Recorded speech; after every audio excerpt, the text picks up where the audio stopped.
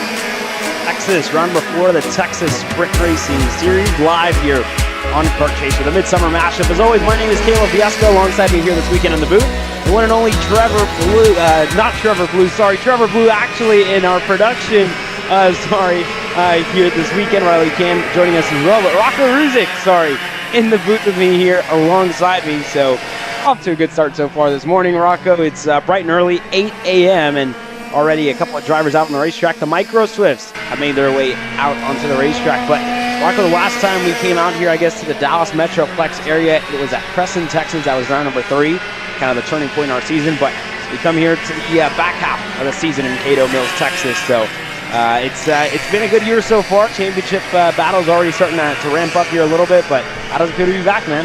It's good. It's always a good weekend to be at the racetrack, you know. And like any other TSRS weekend, we have a really good turnout. Quite a few entries we got here. We are close to the 200 mark. Our biggest class being the KA Senior field this weekend. So hopefully we get a bunch of good racing out of those guys. Last time we saw us we were at IKF, but bit of a closer area to where everybody is, so you know, you have 3 more drivers turning out, and we'll see how this weekend goes. Yeah, definitely. Last time we were out in Great Point, the 2024 IKF Grand Nationals at Amarillo, Texas, where we're going to end this, I guess, this season of the Texas Sprint Racing Series there at the end of the year. Later on, and Chinsky Kart South team out there to the latter half of the year and the final round championship, I guess, weekend for the Texas Sprint Racing Series. But here at the Dallas Kart Complex, it's good to be back at this racetrack, especially. It's been quite some time where we haven't had any races here, and for us especially, if I'm not mistaken, this could be the first time here as a company and putting on a stream here. So good to be here this weekend, and I mean, the team here at DKC has definitely done a good job. Sean Owens, Mike Jones, and everybody else involved has done a really good job to kind of provide a very new racetrack, a very physical racetrack that I was actually able to drive last week and enjoyed every second of it. And then alongside here, one of the cool things, right? A lot of guests and customers come in and try out some of the rental karts that are just right next door here. So 2 tracks, kind of like what we see at Speed Sports Racing Park and a couple of other places. So it's also good to see some I guess either you could say newbies to karting come out here wanting some rental karting, and they're like, what's going on the other side of the racetrack? And they see the Texas Sprint Racing Series going on with some really good drivers from ages all the way from 4 all the way up to your Masters drivers from the 40-year range and maybe some older. But it's always good to come out and see, I guess, both sides of karting here later on today. And maybe we'll pick up some rental kart racing and some rental kart action later on today when they get kicked off. Yeah, that's exactly how I got into the sport. When I first showed up to Speed Sports about, I want to say 4 years ago, I was going to do some rental karts, and happened to be a club race happening on the other side of the track, and I was blown away by it. The Speed Sports used to be the only track in Texas that had 2 tracks and could run it like that. You had Houston, the HKC, but that's a track where you have to, alternate between rentals and then pro karts. Over here, you don't have to do that anymore with this north and south course. Yeah. But sorry, I don't want to. No, go ahead. You're good, man. Keep yapping, but we were able to run rentals a few days ago, and over here it's fantastic. Yeah. They boogie. It's awesome. Yeah, no, it's definitely a good time. I did some crashing as well. Didn't junk anything because that's not an example we want to set for anybody out there, but. Definitely spinning each other out in some rough racing, side-by-side racing, a little bit more bumping than you probably should, and a little bit more bumping than you probably can do in these open-wheel machines that are on the racetrack. Now, and you mentioned we're around the 200 mark here this weekend, 174 karts registered here for the round number 4 in Dallas Kart Complex. And for the Micro Swift class here, it's on the racetrack now with the Iron Rock team there, Kimo Ahmad. And I believe one of the Wonderlays there, if I'm not mistaken. So let's run you down your field here in Micro Swift here this weekend. Brody Brown in the 217 factory kart. He's actually in a Bennick this weekend, sorry. From Austin, Texas. He's making his Micro Swift debut here this weekend. So he'll be one of the drivers to look out for there as he goes by on our screen into the bull corner here. So that's going to be one of the drivers to look out for here this weekend, making his move up from Kit Kart. So good to see Brody Brown running Micro Swift here this weekend. Nayeli Vargas, she's running the 221 privateer machine. Rodolfo Garza's back with the CRG Nordum team and the 222. Tyler Blackwood from Midland, Texas. He's in the 228. Dutch Westbrook here returns back to, I guess, home soil for him with the Bennick team in the 233. Kimo Ahmad as well makes his return in the 244. Iron Rock Motorsports Gillard, Kason Sanders in the 295, and Victor Gus Wendeley indeed was the driver out there on the racetrack, the other Iron Rock machine there in the 297. But here's your weekend schedule. Everything here this morning going to be free for everybody to view, starting at 8 a.m. Central, 9 a.m. Eastern Time. Qualifying getting set to go green at 10:15 a.m. So that'll be something to look out for here later on today. And then heat racing action for KC Premium members only, $9.99 a month. You can catch all the racing action live on YouTube and watch along. And it's not just for this race; it's for whatever race we go within the month. So it's a monthly subscription, and you can follow us along as we go to the Miami Grands later on this month and next month as well when we go to the Stars Championship Series night fight as well. So. And as well for all of our other grassroots events going on, so that'll be something to kind of look out for there. So that's Heat 1 and Heat 2 for KC Crew members only later on today. And then tomorrow we have Heat Race number 3 and the main event, only the warm-ups being live there tomorrow. So if you guys could join us, it'd be absolutely great. We'd encourage you guys to come along and hear myself and Rocco talk about all the racing action later on today, because it's definitely going to get interesting. I mean, this racetrack has provided us with a lot of great racing action last weekend when the DFW Triple Crown came out here, and this weekend as well. We're expecting a good weekend of racing on what's kind of a very physical racetrack, a very unique racetrack. And driving it last weekend, I mean, it kind of showed you what it kind of took to put a lap in around here. So that being said, let's kind of when we get our next session out, we'll follow around some cars and see how they kind of get around a place like this.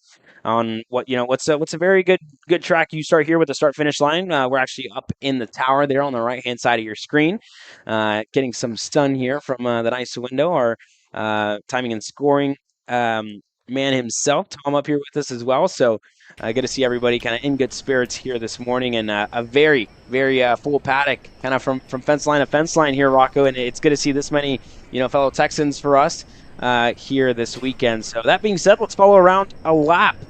Dallas Kart Complex as our next group of racers comes out onto the racetrack. I believe our mini Swift drivers out on the racetrack now. So this is actually what's kind of characteristically known as turn number 3, and then you come in here to a double left-hander.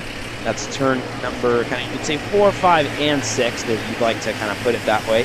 This is actually our kit kart group, so the favorite group of the weekend for a lot of people watching at home. And then you go into this kind of fast, long straightaway, a little kink here on the right, a little kink there on the left, and you go into this bowl corner that's absolutely flat out. And you really have to trust your car to kind of be able to stay there within the grip levels and kind of go through that corner kind of flat out. And then you have another little right-left chicane into this braking zone with a little bit of a bumpy spot in there that kind of has a little bit of a characteristic to the racetrack. It's a hairpin and then another hairpin, and you get onto what's known as the main straightaway, and it's a triple right-hander here. The first one, absolutely flat out from start to finish. So we saw a couple spinners yesterday in the shifter class, so that'll be something to look out for here. So that's turn number 2, and you go on to the main straightaway here into turn number 3. So it's gonna, add a little bit of everything. It's a technical racetrack, but as well,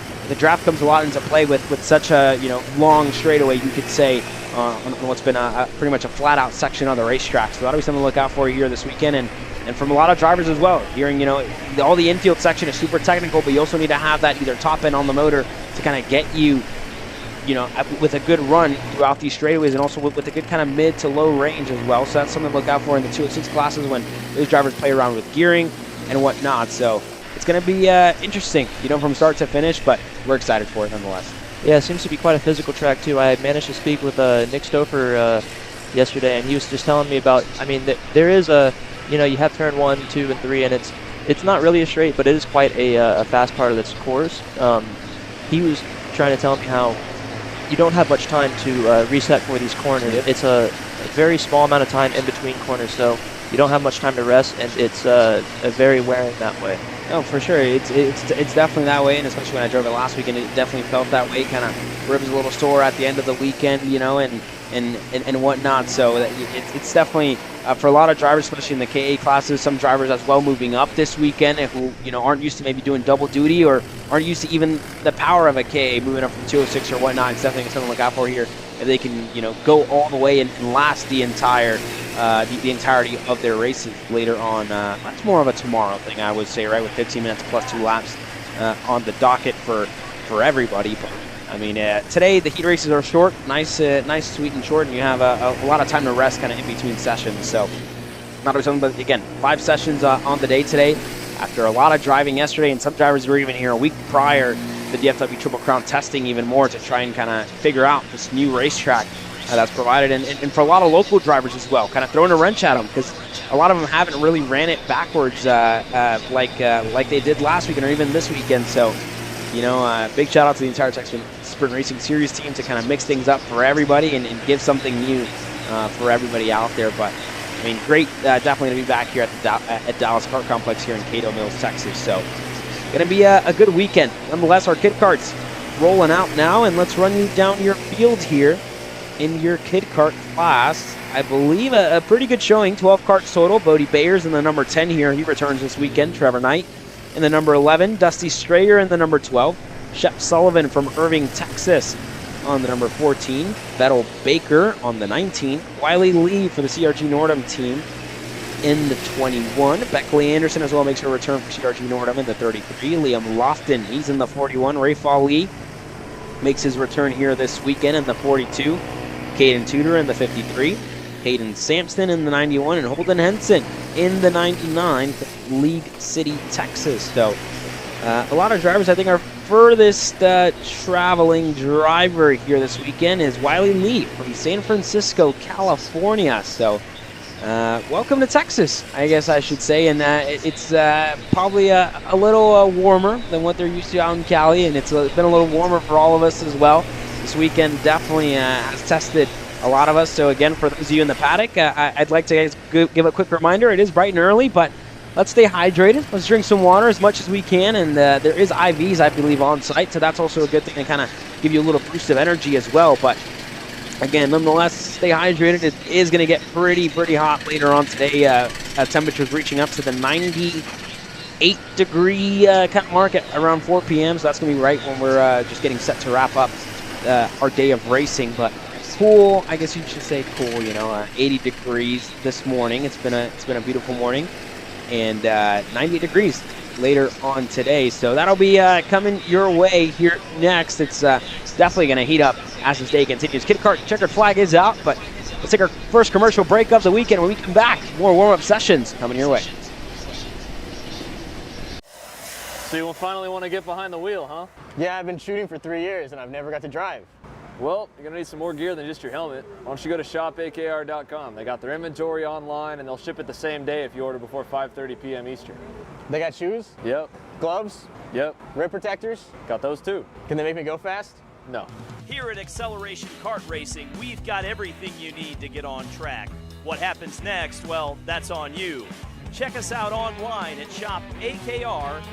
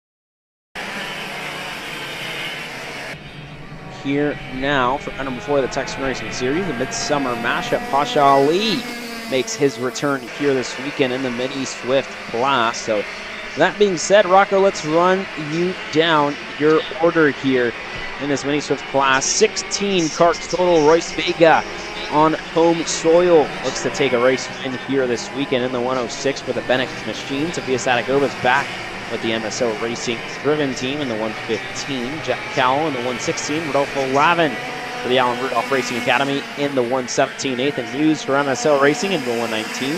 Aston Wyatt slated to start here this weekend. I don't believe he is here, so we're going to miss Fast and Wyatt here this weekend for the AR Academy in the 121. Emery Peters, though, in the 127 here this weekend from Riverside, California. Simon Klein in the 132 here this weekend as well. So we were finding and struggling, I guess, so hard to find a nickname there for Simon Klein.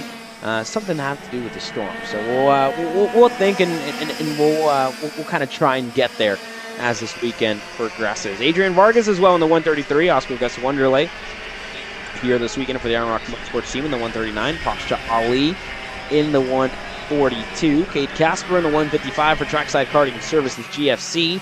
Nico Urbezo as well slated to start here this weekend, and I believe not here at the moment. Benton Hale in the 167. Liam Nachawati as well for Pole Position Motorsports, and Parolin Racing under Cruise Racing Development here this weekend. So Liam Nachawati, one of the drivers to look out for here, and Alex Chandler as well for Iron Rock Motorsports from Houston, Texas in the 196, getting set to go green here later on today. But Simon Jack Klein and Wonderlake going at it here early on, and then side by side there into turns number 4 and 5. So yeah, it's the Mini Swifts out here this weekend, and Rocco, these drivers definitely always provide us with some good racing action. Yeah, these, I mean, I don't want to act like an expert or anything, but I feel like kids always have that sort of sense of invincibility when they're young, so they're a lot more fearless than maybe a few of the other drivers. Not saying that the other drivers are scared or anything, but these kids just like to send it on each other and really race hard. It's really fun to watch them race. Sometimes, you know, I thought at IKF that we had a few fantastic Swift races with a bunch of switchbacks all the way up until the very end. So, you know, these kids, even though they're so young, they can and sometimes do have a lot more experience than some of the older drivers, and you can see them pop off quite often. Yeah, no, for sure. It's definitely going to be, as we like to say it, argy-bargy all the way through. So that'll be something, I guess, to look out for here as this weekend progresses. But as well, I mean, a good showing for these guys as well. 16 karts total, so they're definitely going to get provided with some good racing action. And on this racetrack especially as well, I mean, you would kind of think with the technicality of it, it'd be kind of easy to kind of try and get away, but those straightaways kind of bring everybody back together and bunches the pack up as well. So we saw some good racing last weekend, but you know, after last weekend, a lot of favorites kind of emerged for this weekend here, and I mean, this is the one that counts for a lot of them. So a lot of drivers kind of looking for championship hopes here this weekend. And with that being said, let's take you through your championship here in your mini Swift class presented by the Alan Rudolph Racing Academy. Nicholas Orbezo leads the championship here in mini Swift with 790 points. Alex Chandler, this could be a good weekend for him. He's in second with 726 points, 64 points back from the championship points leader. And Aston Wyatt as well, who's in third, not here this weekend. He's in third in the championship.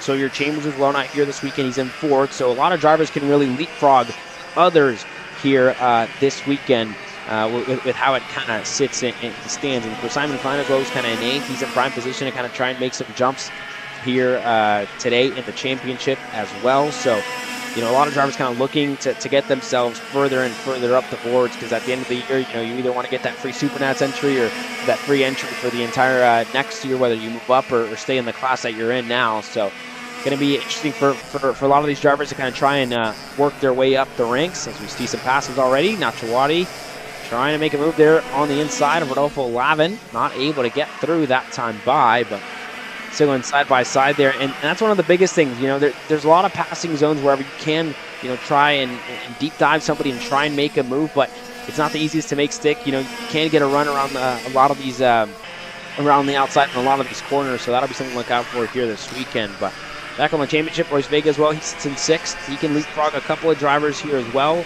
And for many others as well here, kind of look to work their way further and further up the charts here in the mini Swift class presented by the Alan Rudolph Racing Academy. So that's your championship battle here this weekend. Look for Alex Chandler, who, if he can have the weekend he's hoping for, can definitely put himself as a driver to beat going into Championship Sunday at Amarillo Kart Complex. But that being said, checkered flag is out, and some of the lap times here already starting to come in.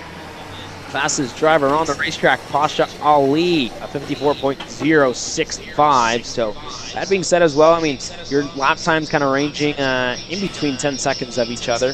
The 206 seniors, they're running about 56, high 56s, low 57s. Your KA seniors are probably in the 49 to 50 range. So yeah, a lap around here is just under a minute. So with 15 minutes plus 2 laps, it's going to be about 17 laps tomorrow when we get into the main event. So a lot of racing action, and to keep it on the racetrack, definitely going to be something. Oh yeah, for sure. Yeah, so all that being said, your 206 heavies presented by TB Kart getting set to go out onto the racetrack here in a couple of moments' time. But we'll step off the airwaves here for a second. When we come back, more racing action coming your way. Chris White winning the 206 heavy.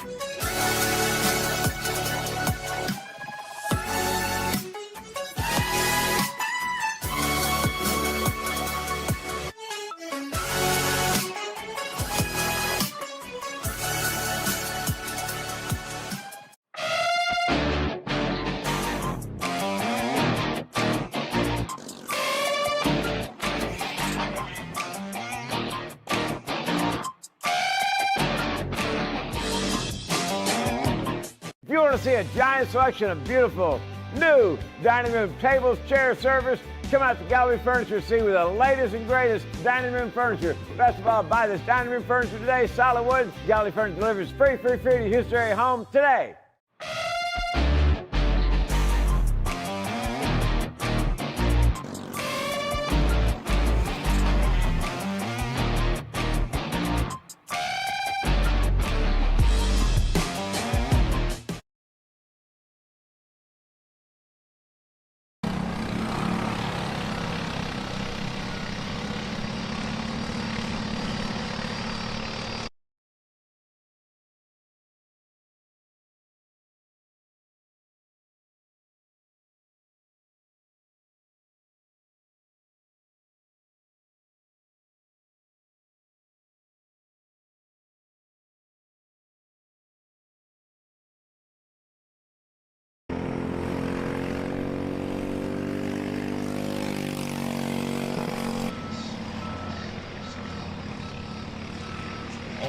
Welcome to Jesus.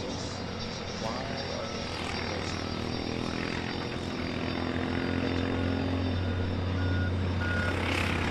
I want to show you one other thing that's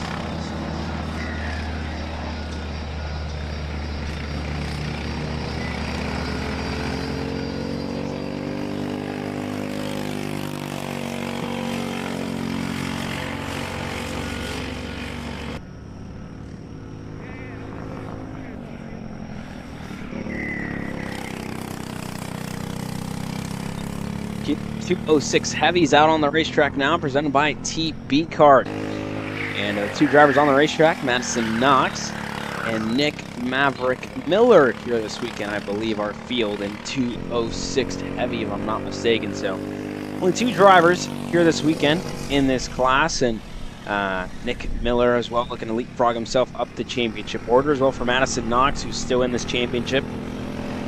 Kind of looks to leapfrog herself here this weekend as well. So we'll run you down, and indeed Madison Knox, your championship points leader with 810 points total.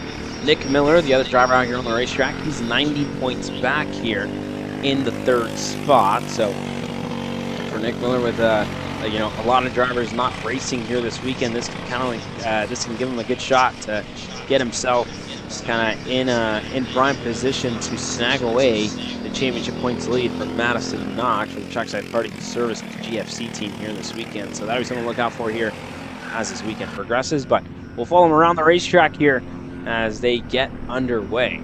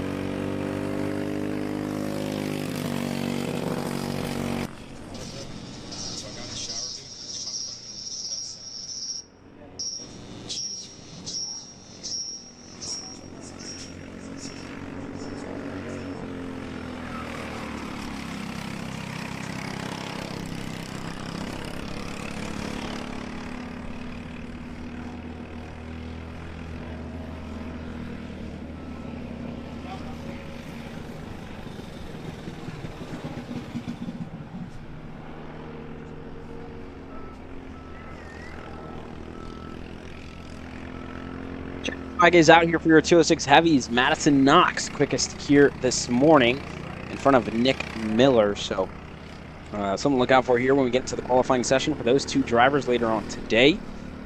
Nick Miller having to find some pace here if he wants to kind of take the fight to Madison Knox here this weekend in this 206 heavy class. But that being said, another commercial break here coming our way when we come back. More warm-up sessions coming your way live here on Kart Chase.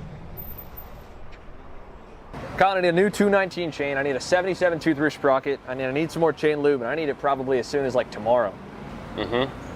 Dude, are you even listening? Like, we need this to run this weekend. Want anything else? What do you mean?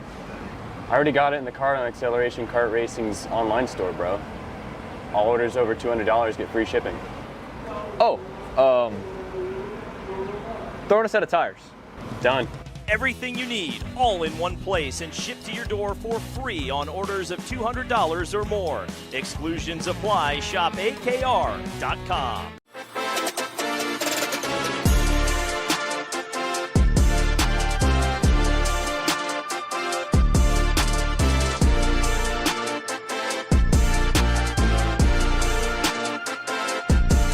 Are you ready to get behind the wheel?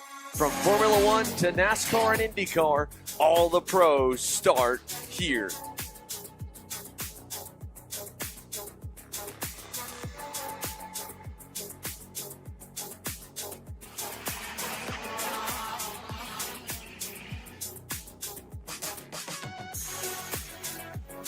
For more information, check us out online at mcckarting.com or call us and go racing today. Parallel USA, a top-level performance team with unmatched hospitality, offering a full-service driver development program with year-round testing available in Miami, Florida, and the official North America racing team of Parallel Racing Chassis. Chassis and parts available at ParalleLUSA.com.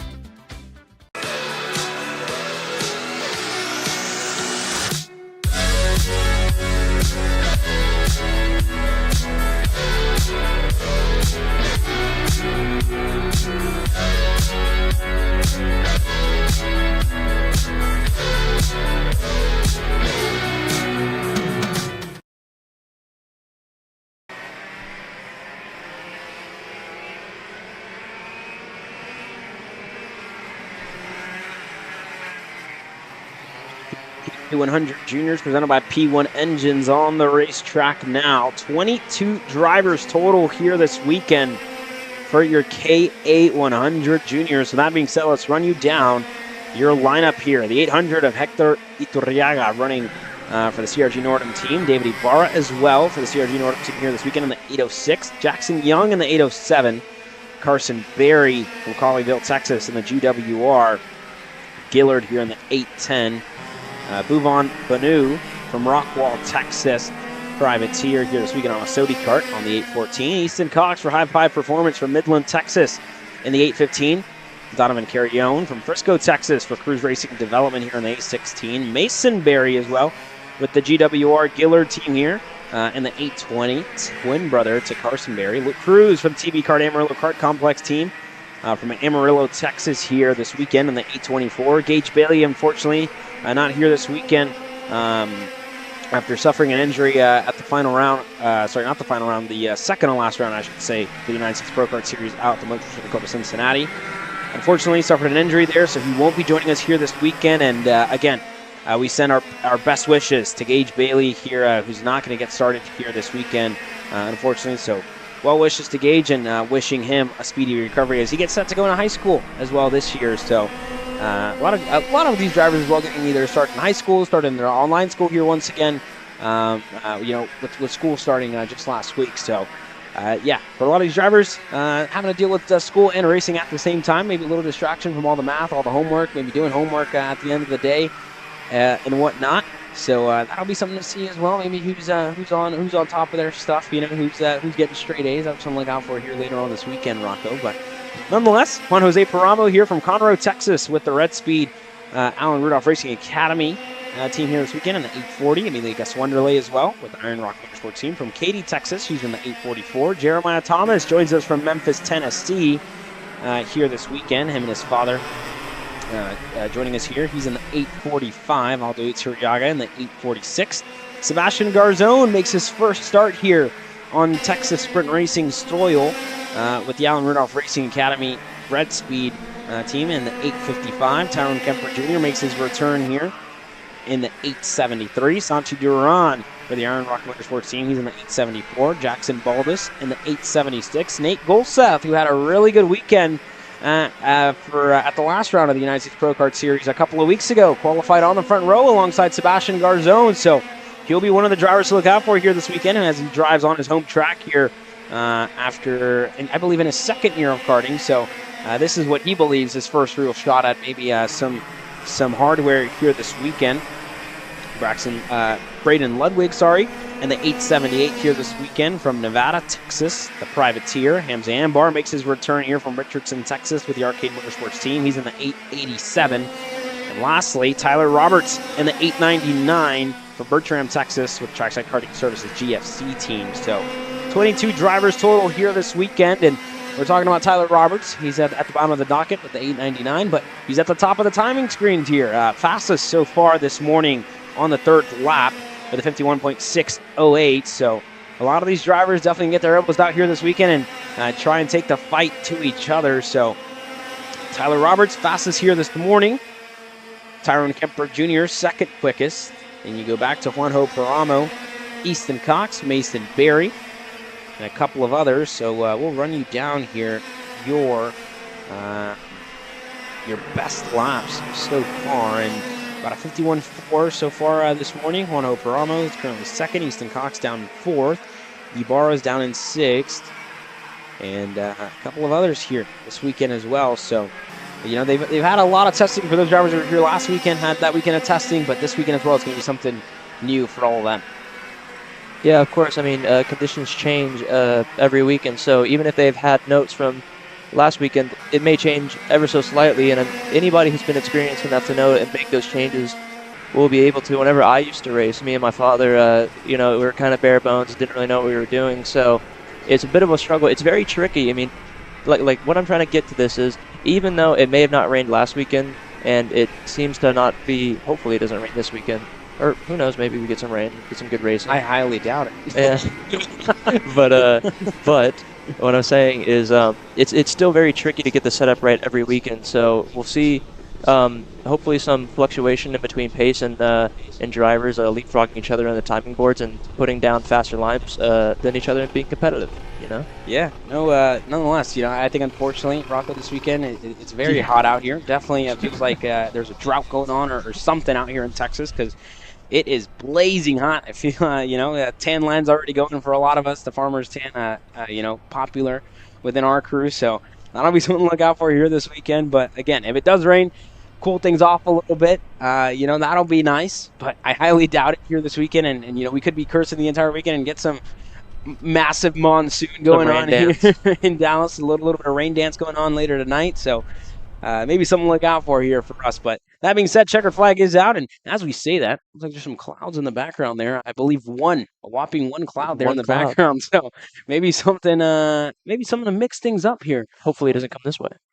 Hopefully it does. No, I'm playing. It could be. I know everybody probably listening in the paddock is definitely not happy with us talking about rain and getting the work a little bit harder. So, nonetheless, checkered flag out for the KA100 Juniors. They're into the scale lines now. Tyler Roberts was the quickest driver here this morning, a 51.316.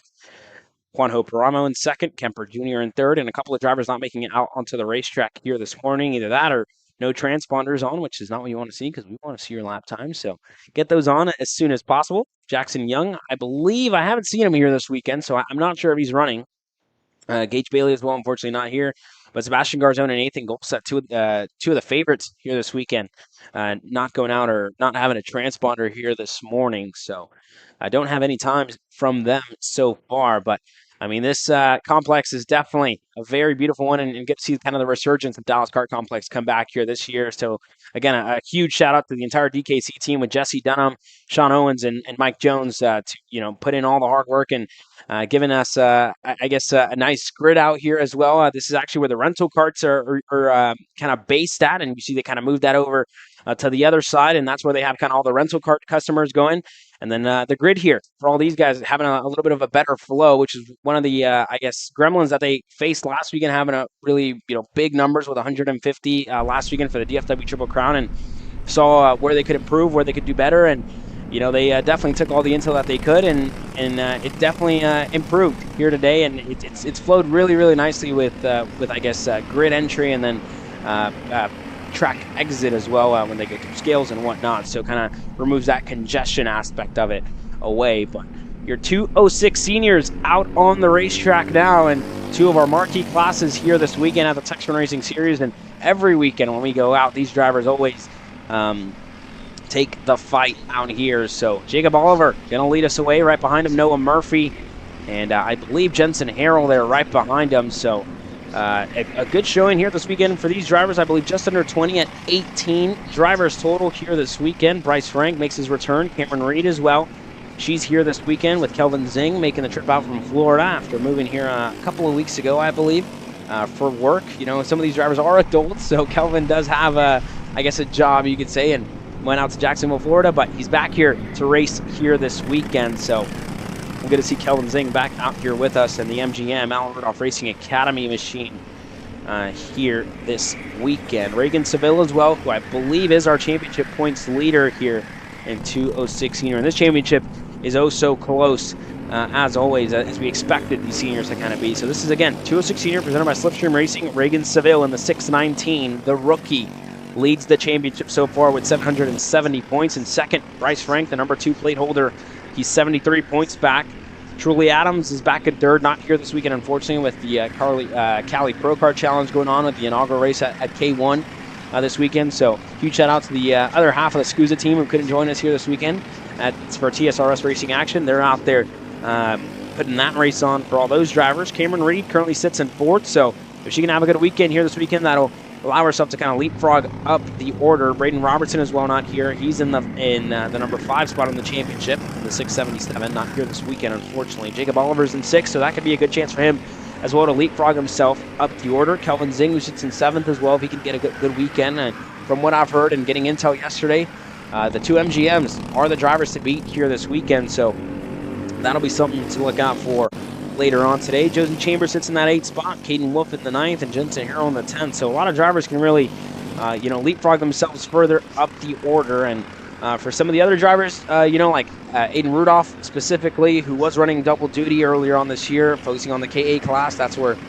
he's contending for the championship and leading the championship at the moment. So for him, his focus was set on that after kind of taking a victory at the IKF Grand Nationals earlier on this month, I believe, at the start of the month. So yeah, a lot of drivers, and this is going to be a very, very close field, and it's going to be interesting how this racing kind of plays out, right? We're not expecting anybody to get away. We know this is pack racing, and we're expecting that as well. So for all these drivers, a driver like Reagan Seville, who leads in his rookie season, he's kind of, been behind the 8 ball from his words, kind of looking for more pace to kind of try and catch up to the 2 MGMs. But I mean, if you know the pace and you know the, accolades that this kid has, it's definitely a lot. And if you see on the side of his go-kart there, 7-time Texas Sprint Racing Series champion in junior and cadet categories as well. And I believe that was also back when it was Texas Pro Kart Challenge. So, yeah, Reagan Seville here this weekend, the favorite in the championship so far. He's number 1. And he'll be one of the drivers to beat when we get into Amarillo. So anybody's game here this weekend as they work their way around the racetrack, and we follow them around here for a second, Rocco. And I mean, you were a part of this class for many years, I should say. You led a couple laps even at Texas Sprint Racing Series action. I guess real ones don't forget that, the Tony Kart out there. So what are you expecting, I guess, this weekend from all these drivers, and what are you expecting to see out here? Well, I'm hoping to expect really clean, tight racing. 206 Senior is a class where it can get very close and it can get pretty hectic at times. At some point you can't run cleanly 3 wide for very long. But at this track, I mean, we do have a bit of straightaway to pull back up and suck back up to somebody if you have enough gearing. It's definitely important to get the gearing correct on this track, because I think yesterday when we were out here, we could definitely see who wasn't on the right gearing, because they would lose a lot of time on the higher speed parts of the track.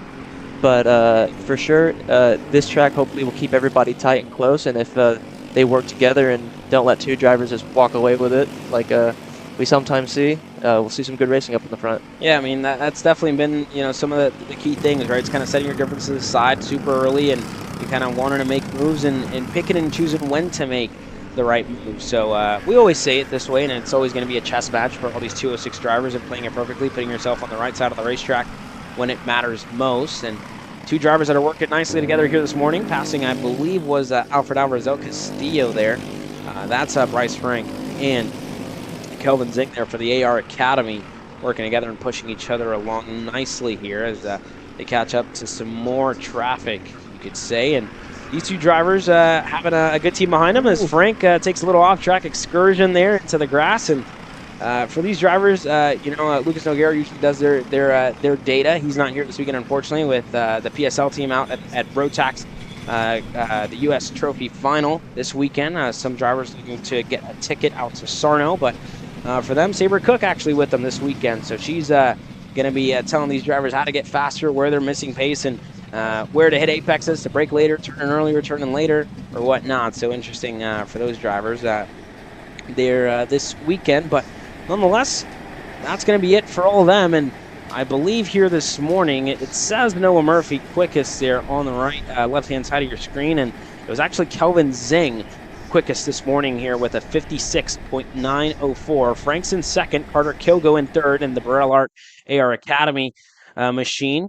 He's there in the third spot with a 57.2. So already very, very big, I guess, difference in between Kelvin Zing, Frank, and the rest of the field here pretty much. There's a couple of drivers behind the 8-ball, 57.3 for Oliver, and about a 57.2, if I'm not mistaken, for Reagan Seville. So some pace to find for those Track Select Karting Services GFCs, and it's going to be all about strategy when we get into the qualifying session as well. You need to find a partner to kind of, we always say a dancing partner, a two-step partner, or a homie. You could say that too. So, you know, find a partner to go out there and dance with, and maybe send in some good lap times for the qualifying session here in about an hour time. So, going to be critical for all of them, but here on the getting set to go out to the racetrack now, your KA100 Masters that has, I believe, the biggest showing we've seen all year long from all these drivers at just about 20 entries here total. And we'll run you down your field here for your KA100 Masters. Miguel Mir going to lead us out onto the racetrack here in a couple of moments' time, but he's the number 1 plate holder here for Cruise Racing Development. Martin Stone as well from Dallas, Texas. The Brit makes his return here to DKC at his home track with the Dallas Kart Complex team, and almost a pretty cool livery as well when he gets out onto the racetrack. A Ricky Flynn Motorsports livery for Martin Stone here this weekend, which is super cool to kind of see out here in Texas. You know, we're a long way from the UK. About, I believe, 8-hour flight. I wouldn't drive there because there's a lot of water in between, so definitely not what you'd want to do nonetheless. But Martin Stone in the 401. Adam Marcoligaro in the 404. Scott Cherry's in the 406 here, slated to start this weekend. Kogan Wright in the 407. Kyle Walter in the 410 for High Five Performance from Oklahoma City, Oklahoma. Brett Harper as well, what I believe could be his second or third start on the year in the 413. Kart Republic from Houston, Texas. Slade Miller on his first TSRS start here this weekend from Austin, Texas. He's with the CRG Nordum crew here this weekend in the 416. Evan Kozak, who was really quick last weekend, he's back here this weekend with the Cruise Racing Development Camp from Prosper, Texas. He's in the 423. The 424 is Shane Burkett from Gonzales, Louisiana here. Is going to be racing. Janae Din, I believe, is slated to start, but he did suffer a very nasty wreck with the United States Pro Kart Series as well earlier on this month. So we'll hope he's out here and racing. He's with the Cruise Racing Development Team. Anna Kozak as well, slated to start here with the Cruise Racing Development Team as well. She's in the 434. Tam Wynn in the 446 on a CRG kart. Doug Stupé from Dallas, Texas, the privateer in the 451. Neil Faulkner in the 454 from Katy, Texas with TB Kart Amarillo Kart Complex. Keithan Hutchins from Keller, Texas in a Magic Kart. He's in the 458. Jer Gasper in the 470 from Austin, Texas with Nevada Kart Sport. Randy Rogers in the 473 for DKC from Prosper, Texas. Pierce Baldus from Lakewood, Kansas with the High Five Performance Team in the 476. And David Brigande in the 488 with the Alan Rudolph Racing Academy. So A lot of drivers out here from Texas making the trip out here, and a couple of travelers. Oklahoma City for Kyle Walter, Louisiana for Shane Burkett, and Kansas for Pierce Baldus. So I don't know which one's further. I think Kansas probably could have them all beat here this weekend, Rocco, if my geography is correct. What are the other options? I think Louisiana is one of our options, and Oklahoma isn't too far. So I think if I learned anything in high school, I think Kansas is probably the furthest one out here. Louisiana is probably the closest, I guess, challenger, but not close enough, if you want to put it that way. But yeah, Pierce Ball is our furthest traveler, and that High Five Performance team definitely, last weekend they were at the Road Racing Nationals, and a lot of those drivers got some hardware. The Mustache Man, Morgan LeBaron, he was out there last weekend, got a win in his name, not racing this year, unfortunately, after what was an oh-so-close championship run last year. So everybody kind of lapping around here at the moment, and there's Martin Stone on what we mentioned, that Ricky Flynn Motorsports livery on, what's a super, I guess you can say, if you want to talk about clean liveries, clean suit combinations, that's a pretty clean one and a nice one as well. Yeah, I definitely agreed. I mean, I wish I could see a little bit better on the screen right now. It's a little bit hard in the morning with this with this glare. It's pretty hard to see some patterns on the screen, but for sure he's definitely there on screen right now, and definitely looking clean out there on the racetrack. But so, I mean, all these drivers doing their warm-ups right now. I think we're about halfway done or over the halfway point with your warm-ups for this morning. So looking pretty clean right now. We had one little excursion off with Bryce going in the grass earlier, but hopefully everybody else can keep it relatively not too dramatic in this warm-up session, and then we can get racing in a very short moment's time. Yeah, definitely going to get racing here shortly, but at the moment for your KA100 Masters, Martin Stone, the quickest here this morning, a 51.8. Evan Kozak, a 51.8 as well, 8.32 for Kozak, 8.02 for Stone. Brent Harper Crown sits in third spot. He was able to take the win last weekend here at the DFW Triple Crown, so he comes into this weekend as the favorite. Miguel Mir, he sits in the fourth spot. Randy Rogers back in fifth. So those are your top five here this morning in KA100 Masters warm-up action so far. So they continue to put in some good lap times here nonetheless, but I mean, how good is it to see a field of this magnitude here this weekend? A lot of drivers who kind of go out to all the national stuff and contend, and as well some of the drivers that we're used to seeing here at the Texas Racing Series and kind of take the fight to some of the national guys. Yeah, for sure. One person who is, I guess both of those people is Nathan Golseth amongst other drivers. And yesterday, when we were running those rentals, I actually was faster than Nathan, so technically I think I would have gone pole. Oh, yeah? Front row in that KA Junior race at USPKS. Oh, I see how it is. Yeah, throw me in the junior, maybe see what happens. But yeah. Sadly, you're 21. Yeah, exactly. You can't do that. And that would be, in more ways than not, probably illegal. So not going to do that. But, I mean, you have a lot of fantastic drivers that come from all across to race at the Texas Sprint Racing Series. And even though it's a regional series, I think it's one of the more special ones for sure. A very large series, and it's very fantastic to come out here and see this happen in our state. Yeah, as well. I mean, we love to be out here every weekend. I mean, me and you were both kind of racers here as well at the Texas Racing Series, and we raced here, got our, I never got hardware, but you were close. You were close. So, I mean, we love coming out here, and it's fun in our hearts being Texas locals, both of us from the Houston Metroplex area. So, we always love coming back here and watching all these racers kind of go at it here at some of the tracks that we don't go on some of the national stuff. So, good to be back here nonetheless. But with the KA100 Masters by High Five Performance getting wrapped up, we'll take another commercial break. When we come back, more warm-up action coming your way. But qualifying getting set to start at 10:15 a.m. Central Time, and 11:15 a.m. Eastern Time. So that'll be coming up your way here in a couple of moments' time. You're watching Kart Chasers live coverage of the MidSummer Mashup. Don't go anywhere. This is Henry. Henry feels sad. Henry feels sad because it's time for his next big race and his go-kart is in bits. Henry doesn't know that Acceleration Kart Racing is the United States' #1 shop for all of your karting equipment needs. Henry also doesn't know that Acceleration Kart Racing can deliver anything from tires to race suits and even wheels directly to your front door or to the racetrack itself, quickly and efficiently, with tech support available 6 days a week. Poor Henry doesn't even know that Acceleration Kart Racing offers free shipping to mainland USA on selected product if you spend $200 or more. Do yourself a favor. Go to accelerationkarting.com and make sure that you are never left stuck on the pre-grid with Henry. Be smart and don't be like Henry.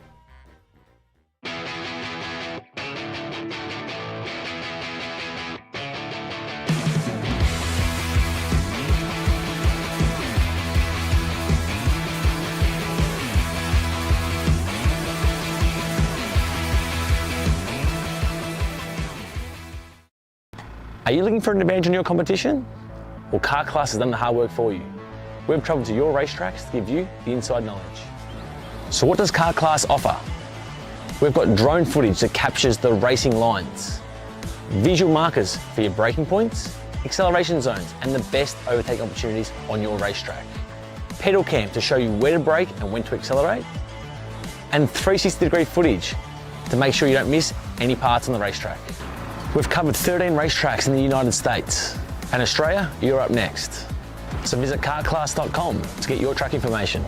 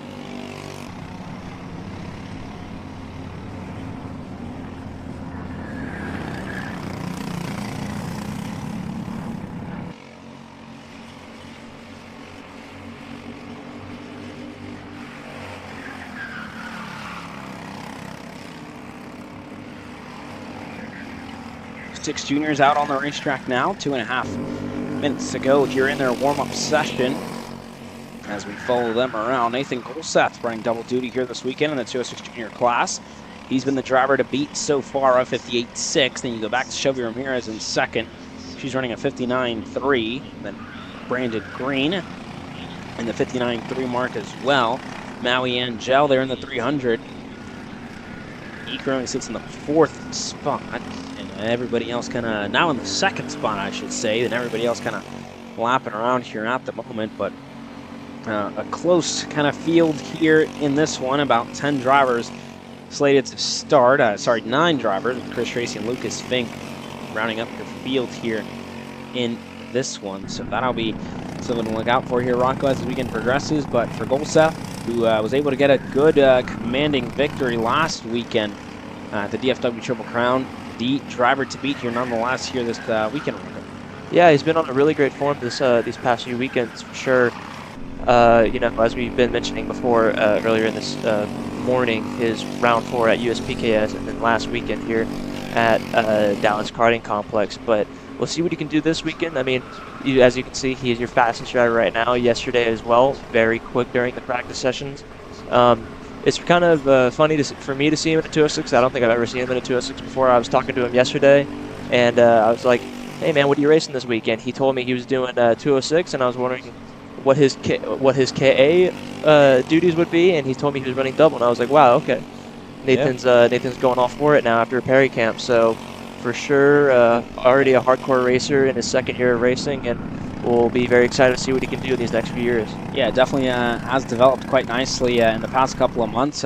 Like you mentioned, going over to the Ryan Perry Motorsports camp in Mooresville, North Carolina, where a lot of drivers kind of developed themselves, and himself running for the Arcane Motorsports team, and in conjunction with the Ryan Perry Motorsports guys as well. He's had really good pace throughout a couple of the weekends this year, and I mean this weekend as well. He's had really good pace so far in both classes. So this 206 junior class here this weekend, I mean, he's like we said, one of the favorites, and has definitely developed, and at a home track for him here this weekend, living a couple of miles down the road, he looks to take away some hardware here in what could be 2 classes for him, and I know that would mean the world for him nonetheless. And checkered flag out this time by, and Nathan Golseth ahead by about half a second, a 57.721. Shelby Ramirez in that second spot, Maui Angel in the third spot, Brandon Green in the fourth spot, and Thomas Smith running up your top 5 here this morning. Robert Arena currently sits in the 7th spot here. Chris Tracy not out on the racetrack, and Lucas Fink, I believe. Chris Tracy is out on the racetrack here, no transponder this morning, I believe, and Lucas Fink as well.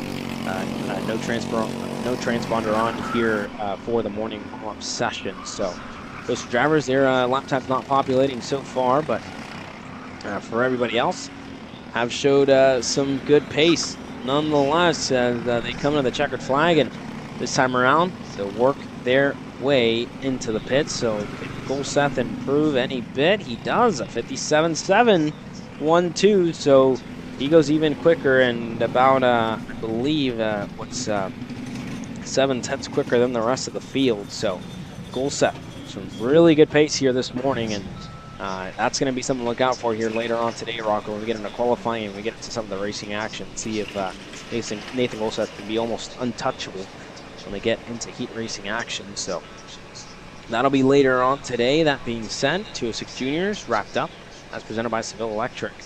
Up next, more drivers getting set to come out onto the racetrack here in a couple of moments' time.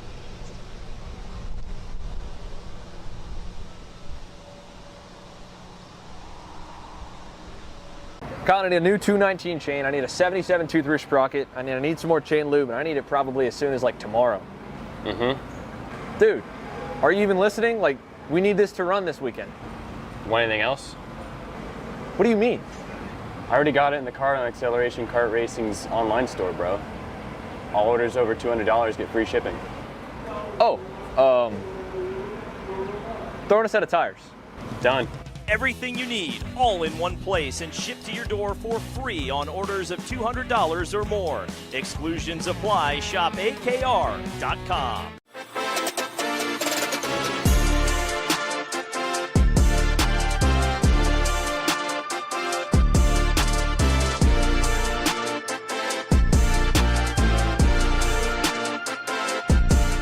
Are you ready to get behind the wheel? From Formula One to NASCAR and IndyCar, all the pros start here.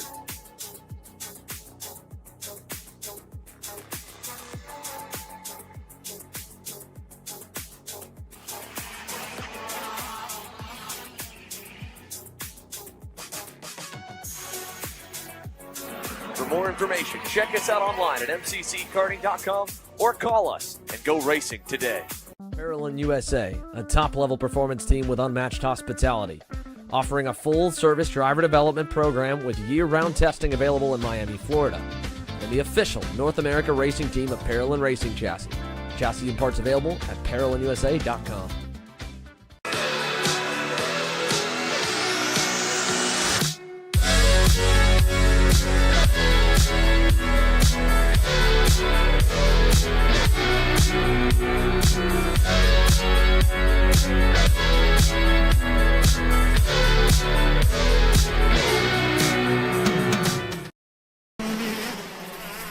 out in a new 219.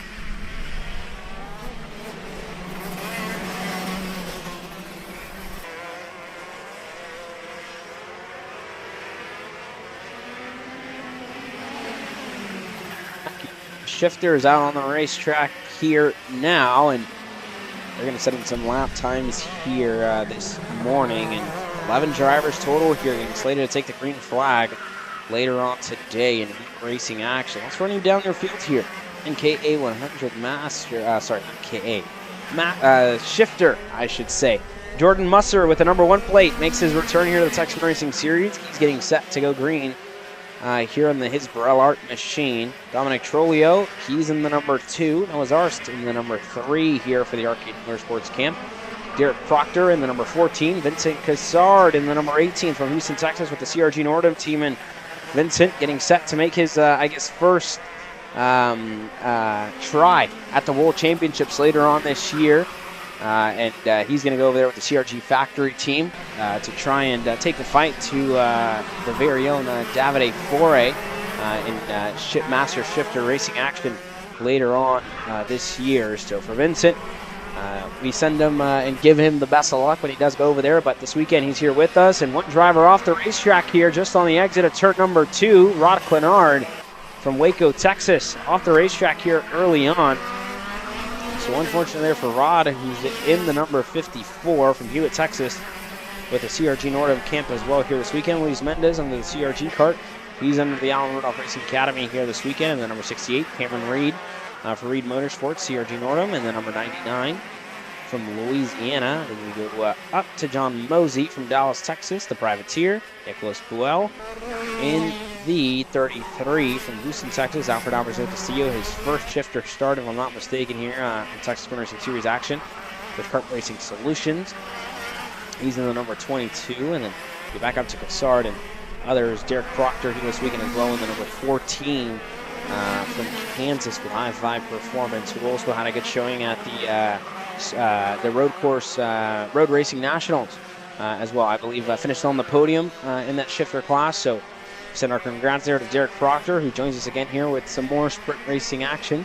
Not road racing, definitely a lot shorter than road racing at this track for shifters. So going to be a little bit of more work and very, very physical for everybody here this weekend, and especially for guys like Jordan Musser, who works on his own go-kart, pushes his own go-kart to the grid, works out of the back of his truck, and has the pace that he has. When we saw him last year at the Super Nats, finished on the podium there right behind Davide Fore. Fighting for the race win. So for Musser, that's all he needs, and going to have a lot of pace here still nonetheless. So as they work their way kind of into this bull and straight-hander section, we'll follow them along. But Rocco, I mean, you probably don't have laps in a shifter. I don't either. I watch them every weekend, so I know a thing or two about these machines. But whenever you see them whenever you hear them banging gears and whatnot, it's definitely a very, very cool sight to see. No, yeah, the closest thing I ever got to a proper shifter was a DD2, and that's 4 less gears than the karts you see on screen right now. And when I pulled into that second gear on the DD2, my eyes went to the back of my head, so I can't imagine what these guys are feeling right now in these shifter karts. It'd be very cool to go out there and try it one day, but yeah, and one thing you said earlier about it being physical, this is the most physical class we possibly can have in this series. I mean, one hand steering, one hand changing gears, and the feet are working. All your limbs are occupied. Doing something different. So it's a very, very technical class. Very different how they charge these corners. You definitely see them kind of charge hard into the corner, park it, and then launch out of the corner with all that power they have. A little bit more than you would see the single speeds, who going a little bit smoother. Not to say that these guys are any less smooth. It's just the way how these karts are driven. They're much heavier karts, so there's a totally different style to it than you would see in your single speed. Yeah, no, for sure, and especially, I mean, this year we've seen kind of a little bit of a resurgence as well in the shifter class across all series and across all levels as well. For all this package, that's maybe not a club racing package, as some may state, being a little bit more on the pricier side of things. So to see kind of what this class has grown to this year, with about 35 drivers at the end of the SCUSA Pro Tour Championship at the Summer Nationals at Newcastle Motorsports Park, to now this weekend with 11 drivers total here at the Texas Racing Series as well. On last year, you know, this class, for the first race, we had a lot of drivers here for the first weekend at Sweet Sports Racing Park, but, you know, as it went on, it's obviously expensive to get either motor rebuilds and whatnot, so a lot of people kind of struggled to do the entire season. But now to see kind of, you know, it become affordable for everybody to come out here and race, and you're only on one set of tires as well this weekend, so making it affordable for others as well to kind of be able to get it done. And you know, good to see this class kind of grow to what it has this year. So that's been, I guess, super exciting for us to see, and for us to see, I guess, some gears as well being shifted in regional racing action. So that's always super exciting. But in the morning warm-up session, Jordan Musser was the quickest, the 46.340. Noah Zaris was second. Hometown and home race for him this weekend as well. A lot of laps around Dallas Kart Complex, and Vincent Cassard in the third spot. So, you know, it's been the Vincent Cassard show so far this year in Master, in Shifter. I shouldn't say Master, in Shifter. But, you know, he definitely has his work cut out for him this weekend, because Jordan Musser is very, very quick, and so is Noah Zaris. Here in a couple moments' time, your, I believe, is your cadet class getting set to go out onto the racetrack. To a cadet, if I'm not mistaken. Then after them, it should be getting closer and closer to your KA100 Senior group. But that being said, we'll quiet on the airwaves here for a second. And when we come back, more warm-up sessions coming your way here.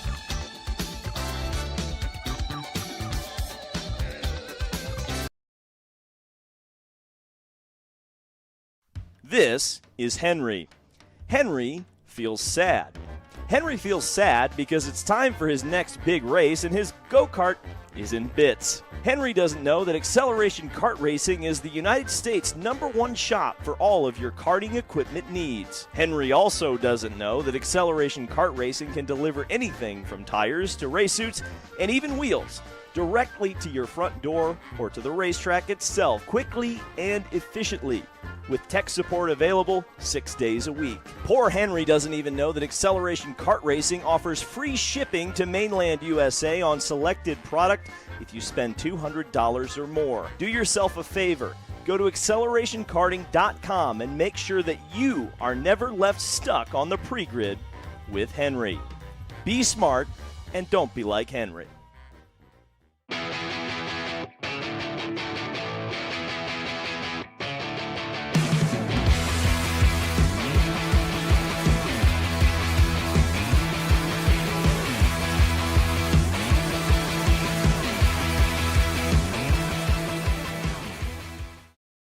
Are you looking for an advantage in your competition?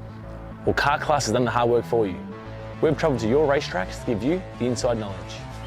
So what does Car Class offer?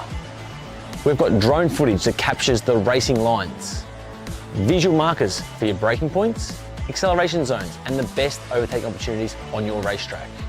Pedal cam to show you where to brake and when to accelerate, and 360-degree footage to make sure you don't miss any parts on the racetrack. We've covered 13 racetracks in the United States, and Australia, you're up next. So visit carclass.com to get your track information.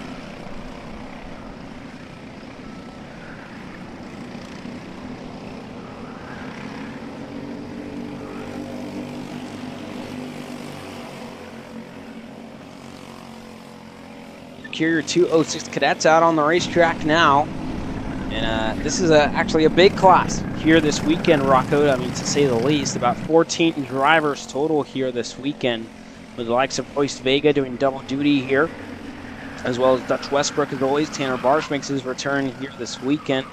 Tyler Morweck, super quick so far to start off the weekend. Marshall Steves as well in 6th, and Theo Mitchell in 7th, Benjamin Osborne in the 8th spot. But a lot of these drivers definitely going to show us what they can do here later on today And for Royce Vega, I believe this is his first 206 start in quite some time. So for Royce, a little bit, different to what he's used to, kind of running that mini Swift class on the national side and on the regional side as well for those couple races that he has done. So good to see Royce here this weekend after having a good and strong showing out at the United States Pro Kart Series a couple of weeks ago.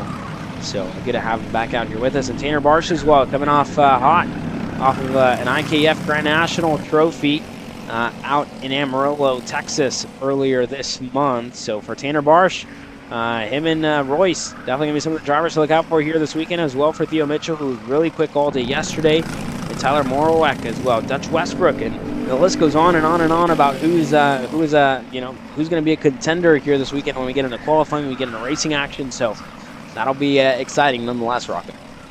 Yeah, of course. These drivers as well.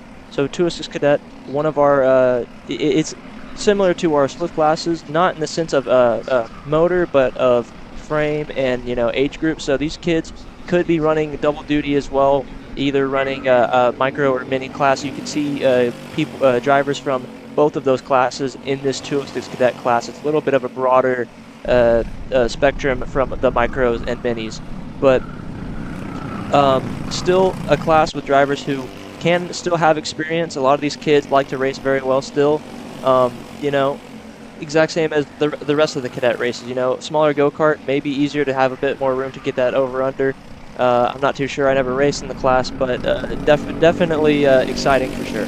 Yeah, no, it's definitely going to be that way here this weekend. So that'll be interesting thing to look out for here when we get into the racing action. And again, it's going to be super close. The draft as well, having a lot to do here. So it'll be something to look out for here when we get into racing action later on today into the heat races, number 1 and 2, and then going to heat 3 tomorrow, and then the main event as well. So that'll be all to kind of look out for here as this day progresses. But I mean, these cadets lapping around here early in this warm-up session, and they're the lap time is looking pretty good. Nobody able to improve after their second lap. That looks to be the money lap here, so that'll be something to look out for in the qualifying session. But 4 laps in, checkered flag will be out this time by when they cross the stripe. 5 minutes are up, so 4 laps complete. Going to come around a complete number 5, and everybody in drafting range. These are the top 3 drivers here on your screen and on the timing charts as well. So they continue to push each other along, and with some pace for Tanner Barsh to find if he wants to close down his gap to Royce Vega. It looks like Morowek has a lot of pace as well. They're in the 3rd spot. So a lot to play for here later on today. But checkered flag is out. Royce Vega, quickest in the morning warm-up session as Morowek looks to go there on Barsh. Gets into him a little bit. Checkered flag is out this time by. That's going to be it for your warm-up session. Westbrook able to improve. So is Mitchell on the 5th spot. Simon Klein in 6th. So that's going to be it for your 206 Cadet class presented by Rim Rock Raceway. Your KA100 Senior is coming up here in a couple of moments' time. Don't go anywhere.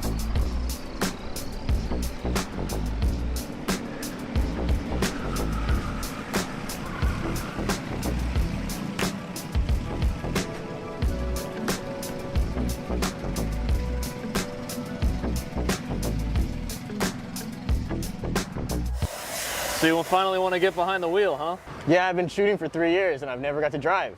Well, you're going to need some more gear than just your helmet. Why don't you go to shopakr.com. They got their inventory online and they'll ship it the same day if you order before 5:30 p.m. Eastern. They got shoes? Yep. Gloves? Yep. Rip protectors? Got those too. Can they make me go fast? No. Here at Acceleration Kart Racing, we've got everything you need to get on track. What happens next? Well, that's on you. Check us out online at shopakr.com.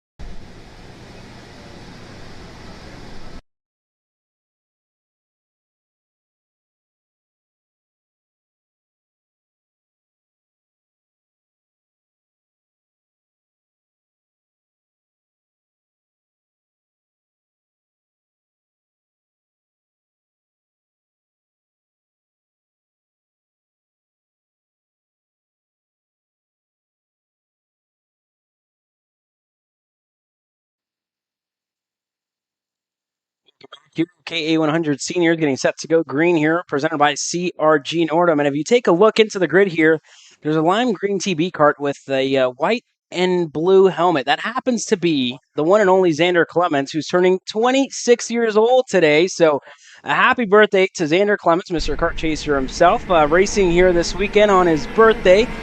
And again, 26 years old, that's 4 years closer to Masters racing. We joke around with him a lot, saying you're getting closer to Masters. Maybe time to hang the helmet back up, get back up here with us, and enjoy some racing action from the booth, and maybe leave the racing with the young guns, right? Because you're getting close to that Masters age. He says he's never racing Masters. That's what he says. The guy can't get enough of racing. But again, from all of us here who work for you, I guess, if you ever go back and watch this, happy birthday. And for everybody else as well who sees Xander around the paddock, make sure to wish him a happy birthday. He's turning 26. Remind him of how old he's getting and how old he's and how close he is to Masters as well. So, all jokes aside, happy birthday, Xander. We wish you the best of luck today and hope you enjoy it, having some fun. But that being said, 37 drivers total here this weekend at Dallas Karting Complex, the biggest field that this track has seen in a very, very long time. I believe since 2016 or around that, the teen of the Dallas Kart Complex era, whenever Scoozy's come out here, and a couple of other series as well. So good to see this many drivers out here on the racetrack. And when we talk about championship, this is the one to look out for here. Your reigning champion, Peyton Phillips, currently sits third in the championship, and he looks to kind of close down his gap to Jesus Vasquez Jr. in the second spot. And Aiden Rudolph, who's leading us here at the moment with 816 points total. Jesus Vasquez Jr. is at 805, only 11 points back. So this is where every single point is going to matter. There is a drop in this series, so there will be a drop within rounds. But again, you need the lowest drop. You need to have the best results. And for the guys like Jesus Vasquez and Aiden Rudolph, I mean, these guys have been the class of the field so far this year, with a race win in Rudolph's name, 2 podiums so far, and for Vasquez as well. Got a race win at Speed Sports Racing Park, finished third on the podium it was NOLA Motorsports Park at the start of the year, and then for Crescent as well, he finished on the podium there in third as well. So for all these drivers, it's going to be super close nonetheless, and they're going to need any point that they can get. The pole position obviously going to do a lot for them, and whoever gets the pole today that's going to swing in their favor, right? So Peyton Phillips as well, he's a little bit ways back, 212 points. Not impossible with 2 rounds left, and a lot of points up for grabs here this weekend. So for Phillips, going to be critical for him to kind of get it done here this weekend. And for Jake French as well, looks to kind of leapfrog himself up, and for Landon Skinner, who's been super quick this weekend so far. But with all that being said, we have a couple of drivers that making their return here to, I guess, racing action. Louis Pagano there with a Dallas Kart Complex team in the LN kart. He makes his first start in karting action in quite some time. 29 years old for Louis Pagano. I joked around with him, and he said this is his last shot at senior racing. He's 29, so he said, if I don't do good this weekend, this is going to be, I guess, the tell point for me. Either I run Masters at Supernats or I stay in the senior class for one more year. So good to see Louis back here with us. And as well, for Luke Lang making his return to kart racing action here this weekend in the 911. He's currently 22nd at the moment, but it's all to play for here today, and a lot of drivers, a lot of racers here that are going to go out on the racetrack at the same time for their heat races. 37 drivers total, so you need to be clean. You need to go out there and put in the best of heat races that you can get, because you need a good starting spot for the main event tomorrow, Rocco. Yeah, of course, and also right now in this session you have a few drivers leapfrogging Jesus Vasquez Jr. for that fastest lap. You have Louis Pagano and Joey Freend going 1 and 2. Joey with that fastest lap time of 50.49, about a tenth quicker than your second quickest driver. But then again, this is only the warm-up, so we'll see what will happen in the next qualifying session coming up later on today. But as of right now, you have Joey Freend up in front. And again, this is a warm-up session. A lot of drivers may be trying on some rubber, doing some quality simulations here in this one, and trying to find out whatever bit of pace that they can get, the last little bit of setup changes that they can do, and try and see if they can set in some better lap times. As black flag out for one driver there. Not sure who got it, but somebody is heading into the pits here in a couple of moments' time after receiving a black flag. But Louis Pagano currently second, and you talk about age, you talk about whatever you want. This driver is absolutely quick here. He's in the second spot. Rudolph is in third, and Friend currently the quickest out on the racetrack, a 50.323 for Joey Friend on the CRG machine for MSL Racing here this weekend. So for all of them, it's going to be super close. Peyton Phillips as well. Found some pace after yesterday, said he was struggling, and he definitely got it figured out in the end. And you see a couple of drivers already battling. One of the high fives, one of the arcane machines. Jake French in there as well. Checkered flag out this time by. So a couple of drivers not going to get those last little bit of laps that they would have wanted. So that's going to be it here for all these guys. And for the 37 drivers who get set to go green here later on today, it's going to be very, very close, to say the least, here, Rocco. So that's your KA100 Senior class, presented by CRG Nordham. And we'll wait for Peyton Phillips and Jesus Vasquez Jr. to cross the line and see how they end up here in the warm-up session. They're going to get 6 laps in this one. And so is Clements, I believe, but no transponder on this morning. So for all of them, it's going to be very, I guess you should say, strategy-based in the qualifying session. You need to find a good track position, a good spot on the racetrack to kind of go out and set in some laps. So that's going to be the very, very critical later on today. But that being said, Vasquez goes quickest here on that last lap. He goes a lot quicker than the rest of the field at 50.173. Phillips goes up to second, but that's going to be it. And Vasquez already showing himself the driver to beat in the qualifying and later on today in heat racing action. That being said, our first lengthy break of the day, about 30 minutes before we go live with our qualifying sessions. But for now, we'll see you here in a couple of moments' time. Qualifying starting at 10:15 a.m. Central Time. It's about 9:30, so 45 minutes is the break that we're going to have. So we'll be right back. Qualifying session, the last of our free coverage here on this Saturday afternoon. Then we go into Racing Action Live. Heat races number 1 and 2 for KC Premium members only. And again, $9.99 a month. Become a KC Premium member and catch all of our Racing Action Live throughout the month of August. And if you subscribe now, it goes all the way to September. So a little bit half and half in between both months, nonetheless. But again, make sure to subscribe, become a KC Premium member, and we'll see you on the other side here in a couple of moments' time when we go green with our qualifying session. We'll be right back. This is Henry. Henry feels sad. Henry feels sad because it's time for his next big race and his go-kart is in bits. Henry doesn't know that Acceleration Kart Racing is the United States' #1 shop for all of your karting equipment needs. Henry also doesn't know that Acceleration Kart Racing can deliver anything from tires to race suits and even wheels directly to your front door or to the racetrack itself, quickly and efficiently, with tech support available 6 days a week. Poor Henry doesn't even know that Acceleration Kart Racing offers free shipping to mainland USA on selected product if you spend $200 or more. Do yourself a favor. Go to accelerationkarting.com and make sure that you are never left stuck on the pre-grid with Henry. Be smart and don't be like Henry.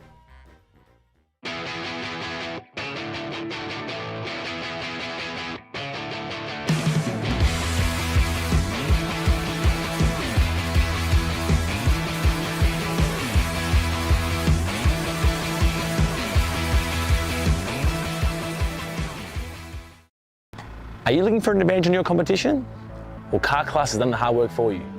We've traveled to your racetracks to give you the inside knowledge. So what does Car Class offer? We've got drone footage that captures the racing lines, visual markers for your braking points, acceleration zones, and the best overtake opportunities on your racetrack, pedal cam to show you where to brake and when to accelerate, and 360-degree footage to make sure you don't miss any parts on the racetrack. We've covered 13 racetracks in the United States, and Australia, you're up next. So visit carclass.com to get your track information.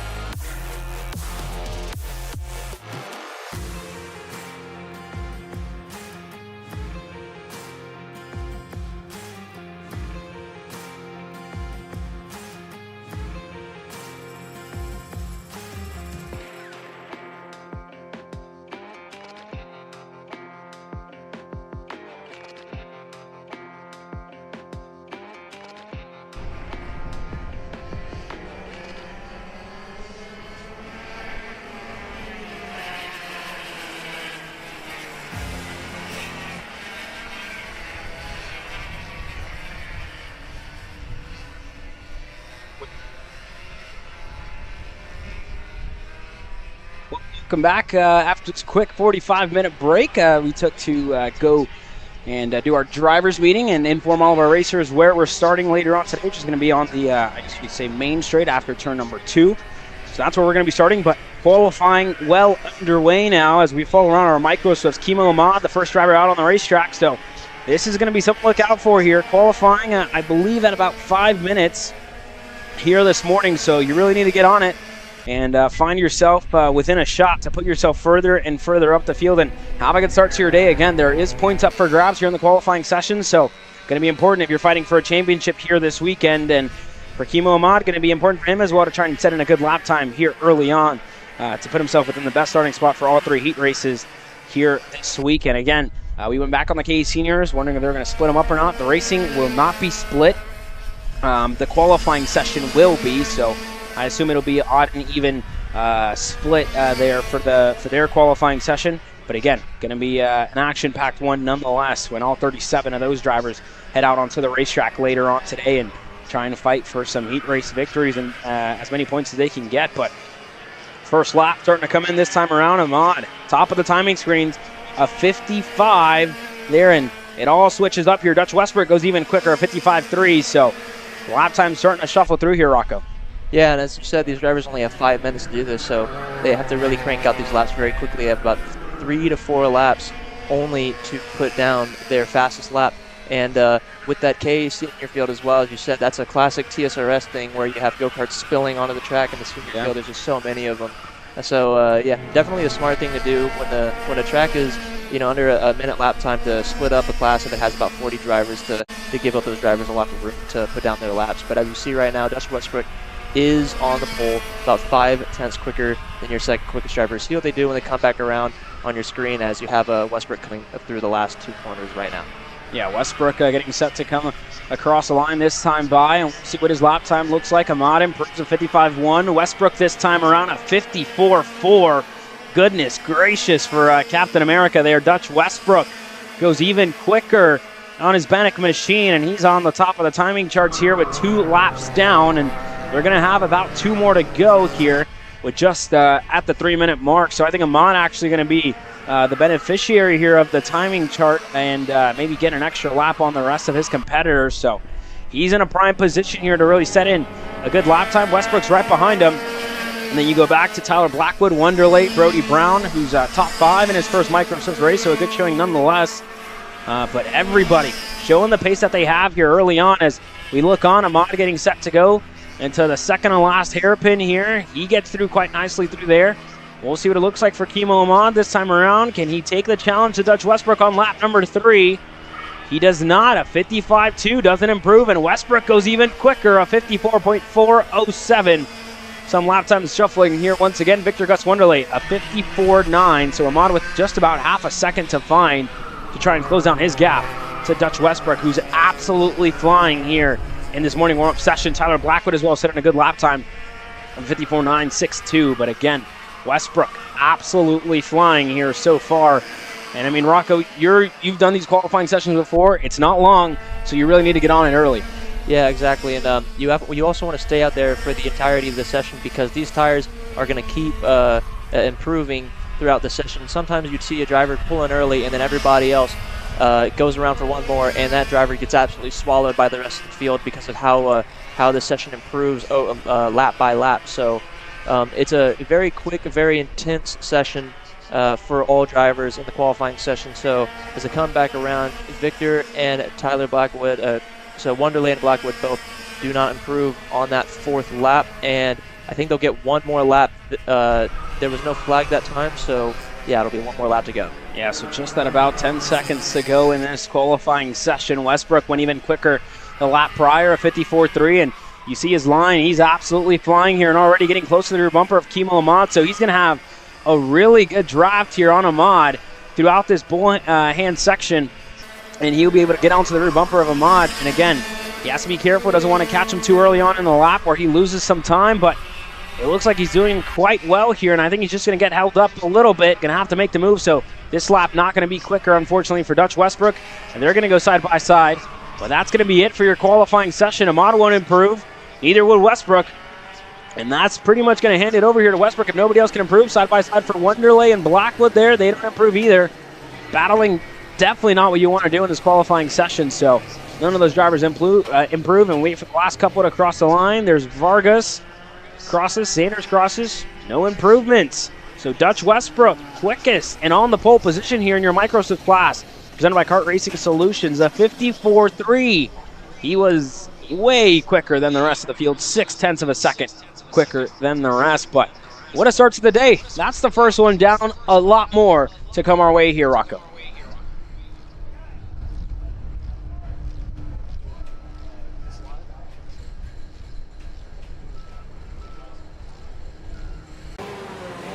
Brandon, why are there all these charges for just over $200 from Acceleration Kart Racing's website? That's because AKR gives you free shipping on orders of $200 or more within the continental US. Okay, but I thought you were just getting a pair of gloves. That's what, 70 bucks? But if I'm getting a new pair of gloves, I might as well get a new pair of shoes to match. And then on top of that, I'll get a neck brace because with the shipping, it's basically free. Yeah, I do not think the math checks out on that. Everything you need, all in one place and shipped to your door for free for orders of $200 or more. Exclusions apply. Spend responsibly. Shop AKR.com.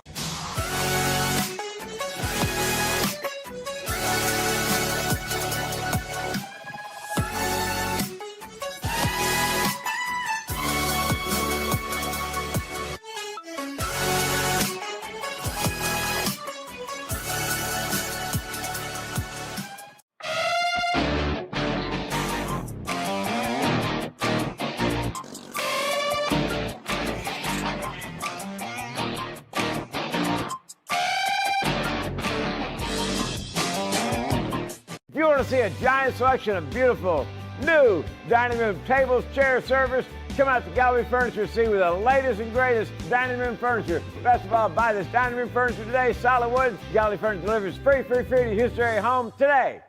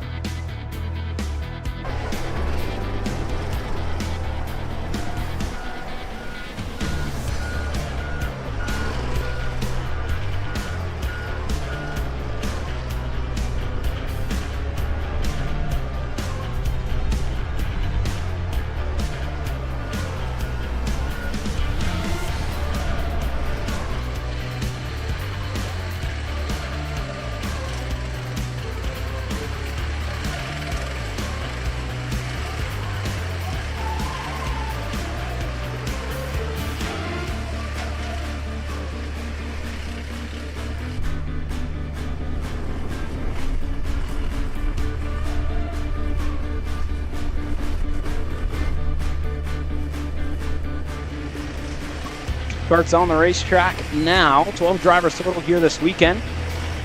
for your Honda Kid Karts presented by Gallery Furniture.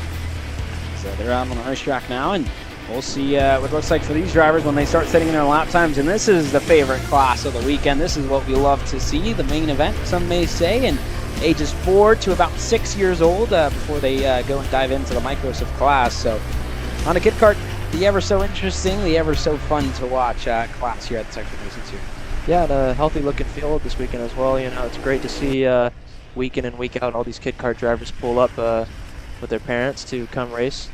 Yeah, it's a good thing to see. And also every week we see them get a little bit better with their racecraft. You know, it's like they're constantly evolving. Even at IKF, they started on their own. Yeah. That was nice. All weekend long, they had no issues, no aborted start. So that was cool to see. Yeah, that and the racing. I mean, at IKF was crazy. Like nobody forgot their gloves either. You know, like we saw at Crescent. We were screaming the whole race. I mean, it was crazy. I mean, here we'll see if they can one it up or not. I mean, only time will tell. Yeah. But yeah, I mean, it's the same formula as last time, so I don't know why we can't get the same result. Yeah. Hey, 2 positives make another positive, right? True. That's how chemistry works, I believe. So yeah, that's something like that. It's definitely not how it goes. But regardless, you look on our Honda Kid Karts. There's a 99 there. Holden Henson. He's been quick this year so far. We've seen him contend for some race victories so far this weekend, and had some also trouble throughout some of the races, but he'll be one of the ones to look out for here this weekend, and as well with Brody Brown out running.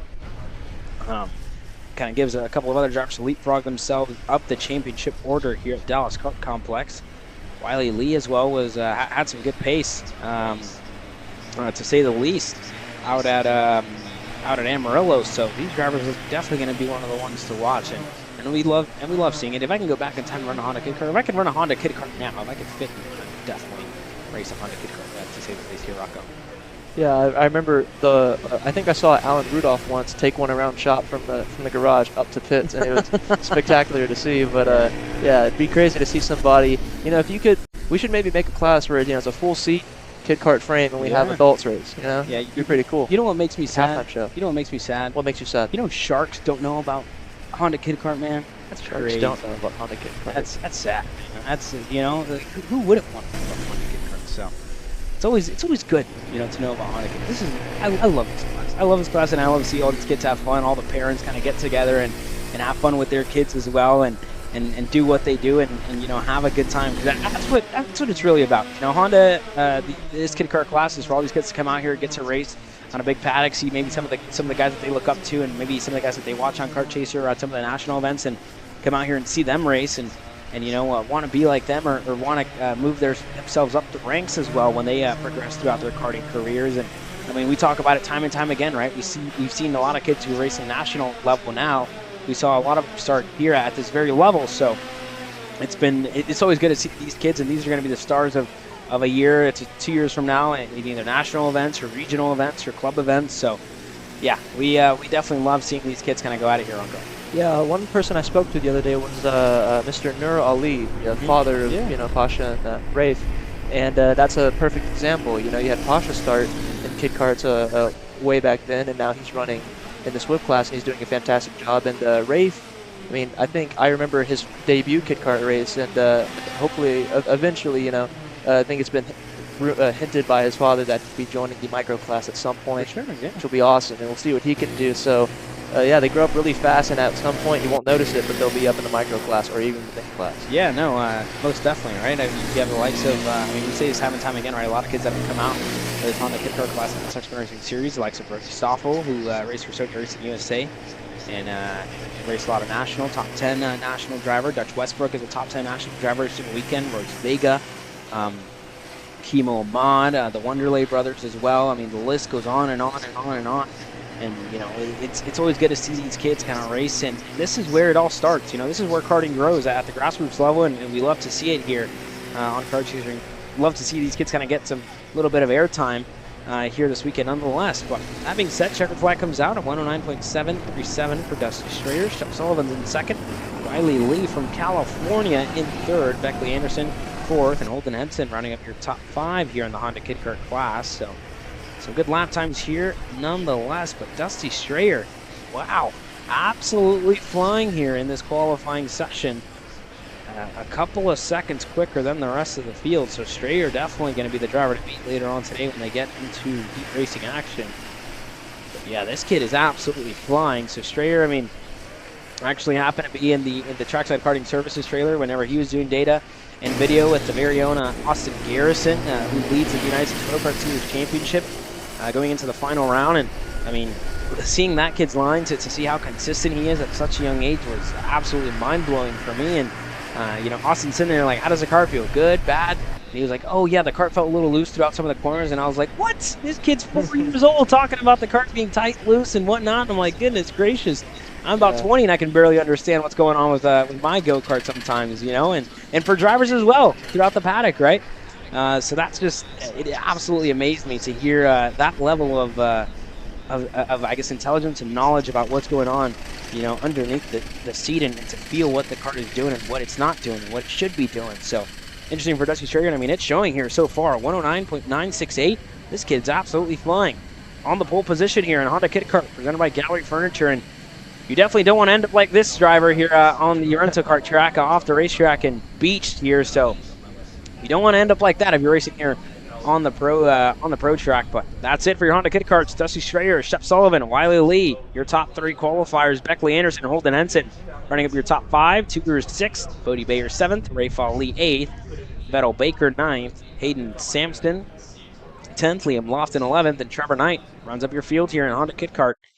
And again, a couple of more drivers looks to be beached here, Rocco. So, you know, not what you would have, not where you'd expect to be, I guess, at the end of this session, and not where you'd want to be. So, that being said, we'll take a quick break. When we come back, more racing action coming your way. So you finally want to get behind the wheel, huh? Yeah, I've been shooting for 3 years and I've never got to drive. Well, you're going to need some more gear than just your helmet. Why don't you go to shopakr.com. They got their inventory online, and they'll ship it the same day if you order before 5:30 p.m. Eastern. They got shoes? Yep. Gloves? Yep. Rib protectors? Got those too. Can they make me go fast? No. Here at Acceleration Kart Racing, we've got everything you need to get on track. What happens next? Well, that's on you. Check us out online at shopakr.com.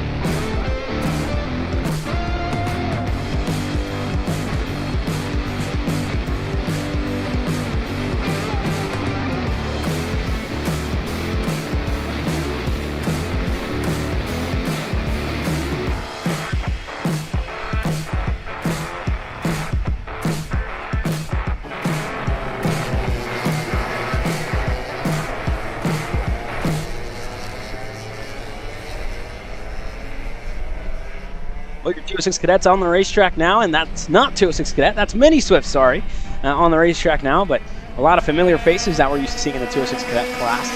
There are the likes of Royce Vega and others. So this is a pretty cool shot here by our camera guys. We're going to give a shout out to later on here today, and thank them for all their hard work here, and fellow racers as well. So they know what to look out for. They know what the people want to see. So they're going to provide us with some good shots as this weekend continues to go on. But Royce Vega already making a move there on Rodolfo Lavin. Looking to get into the draft here of Pasha Ali. And again, Ali was the quickest driver in the morning warm-up session in a CRG Norda machine. So he's going to be the favorite here in this qualifying session. But we'll see if Royce Vega can get a good draft and a good tow throughout the straightaway sections. And it's all about being as smooth on the wheel. You really, this is one of those tracks where you really need the kart to kind of do the work, and you kind of just guide it throughout the corners here, Rocco. Yeah, as you can see, Ali up in front there. He has no pushing partner as of right now. Lavin closely behind Westbrook. If they can, I mean, you see Lavin kind of give a little bit of space right there to Westbrook, so he's spacing apart maybe to get a clean lap now. On your screen there, that is Westbrook in that Bennett car, I believe, right? Yep, that is definitely the last two corners there. I mean, I want to, every time I see a double hairpin section, I want to call it Switchback City, but I feel like that belongs to turn 6 and 7. Yeah, don't turn 6 and 7 some speed sports, man. Yeah, I know, but man, I call a lot of things Switchback City. There's a lot of cities, man. This is one city. We're in Dallas right now, and so we're in Cato Mills, actually. It's Cato Mills, Texas. So I guess you can say this is the Dallas area. Apparently, from what I heard last weekend, they don't claim DFW here in this area. So DFW is a whole different city, and Dallas is another. I mean, that's weird to me, you know. But so yeah, it's something. It's something nonetheless. Well then, I'm not from Houston. I'm from Humble, Texas. You're from Atascocita. No. Anyways, that's Texas talk. Let's talk about Texas Sprint Racing Series here for a second.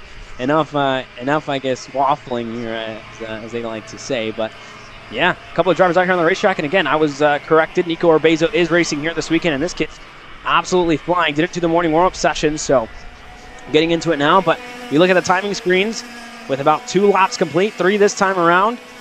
Pasha Ali, the quickest driver on the racetrack, a 53.425. Royce Vega, a 53.5. So about a couple of hundredths of a second off to Pasha Ali. Chandler sits in the 3rd spot, Casper in 4th, Lavin in 5th, and Nacho Wadi, your top 6. And for Orbezo, kind of looking to work his way up the field. He was working through traffic like we saw earlier, Rocco. So we'll see if he can get in some clean air and try and send in some good laps. So for Pasha Ali here, he's in the best spot, having clean air, able to pull away from Vega just that little bit, and Vega having a mouse to chase here, Rocco. Yeah, for sure. And as we said earlier about Ali, you know, he's the fastest driver in the session right now. If we blinked and just went back a few years ago, he was in that kid kart class that we were just watching. And it just goes to show what development can go into a single driver over just a few years, and what can actually result of starting so young and being in the sport at such an early age.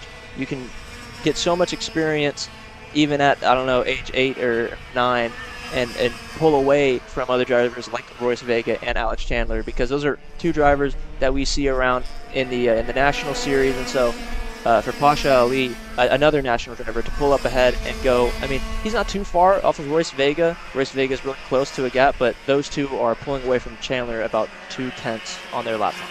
Yeah, they're doing a good job so far, and with about 4.5 minutes down, these drivers will get the checkered flag next time around. So final couple of laps for all these drivers. Vega was a lot closer to the fastest lap there of Ali the last time around. Needs a couple of hundredths of seconds to snag away that pole position from Pasha Ali, who still holds strong. Chandler sets in a good lap as well.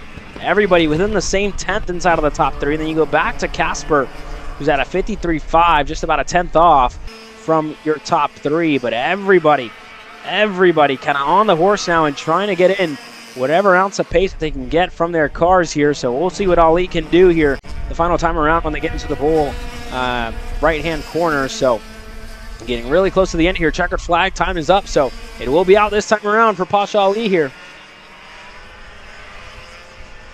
We look on Alex Chandler there through the chicane. Vega right behind him. And this is going to be it for your qualifying session. Can Ali go even quicker than he did before? Can Chandler improve any bit? Checkered flag out. Wow, Alex Chandler to the top of 53.419. The Iron Rock Motorsports machine goes to the top. Now Chawadi coming through now. Let's see if he can improve any bit. And he can't, so give it to Alex Chandler on the pole position here in Mini Swift. Pasha Ali second. Royce Vega rounds up your top three. Kate Casper fourth. Simon Klein rounds up your top five. You go back to Oscar Gus Wonderlay in sixth. Nico Orbezo in that seventh spot. Rodolfo Lavin running up your top eight. Liam Nachawadi in ninth place with Nathan Hughes in 10th. Sadagova 11th. Vargas 12th. Cowell 13th. Hale 14th. Peters 15th. And yeah, Aston Wyatt was the last driver there on your screen, but not here this weekend, unfortunately. So that's going to be it for your qualifying session for your mini Swifts. And that was a very close one, to say the least. But coming up next, your 206 Heavies, presented by TB Kart. We'll be right back after this quick commercial break. This is Henry. Henry feels sad. Henry feels sad because it's time for his next big race and his go-kart is in bits. Henry doesn't know that Acceleration Kart Racing is the United States' #1 shop for all of your karting equipment needs. Henry also doesn't know that Acceleration Kart Racing can deliver anything from tires to race suits and even wheels directly to your front door or to the racetrack itself, quickly and efficiently, with tech support available 6 days a week. Poor Henry doesn't even know that Acceleration Kart Racing offers free shipping to mainland USA on selected product if you spend $200 or more. Do yourself a favor. Go to accelerationkarting.com and make sure that you are never left stuck on the pre-grid with Henry. Be smart and don't be like Henry.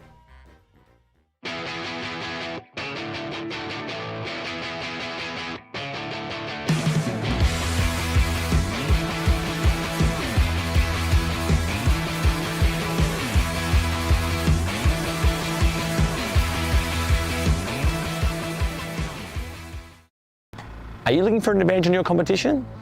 Well, Car Class has done the hard work for you. We've traveled to your racetracks to give you the inside knowledge. So what does Car Class offer? We've got drone footage that captures the racing lines, visual markers for your braking points, acceleration zones, and the best overtake opportunities on your racetrack, pedal cam to show you where to brake and when to accelerate, and 360-degree footage to make sure you don't miss any parts on the racetrack. We've covered 13 racetracks in the United States, and Australia, you're up next. So visit carclass.com to get your track information.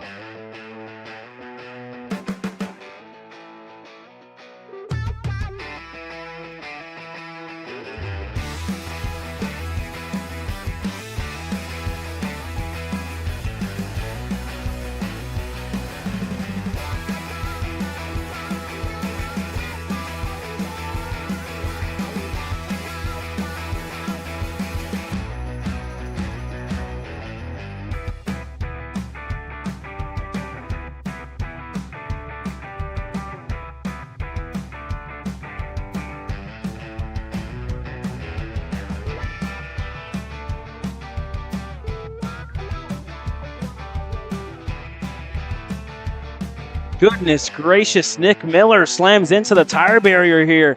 Looked like a wheel was loose, and wow, that's a heavy impact there. And indeed, it looked like one of the wheels just came off and had no steering and slammed into the tire barrier there. So he's off the racetrack, and that's going to leave 2 karts on the racetrack now. Christopher White in the TB kart for R2 Racing Value Truck Company, and Madison Knox. So unfortunate there, nonetheless, for Nick Miller, who is okay and out of the go-kart, but very scary incident here early on, Rocco. Yeah, it was a bit of a surprise there when we cut to it, seeing the wheel roll away. So now we're down to just, as you said, 2 go-karts. Christopher White's still on our screen. I mean, I think he was the quickest through the warm-up sessions and through yesterday as well. So it'll be a big surprise if he gets leapfrogged by Madison Knox. But she is a pretty quick driver. I mean, we've seen her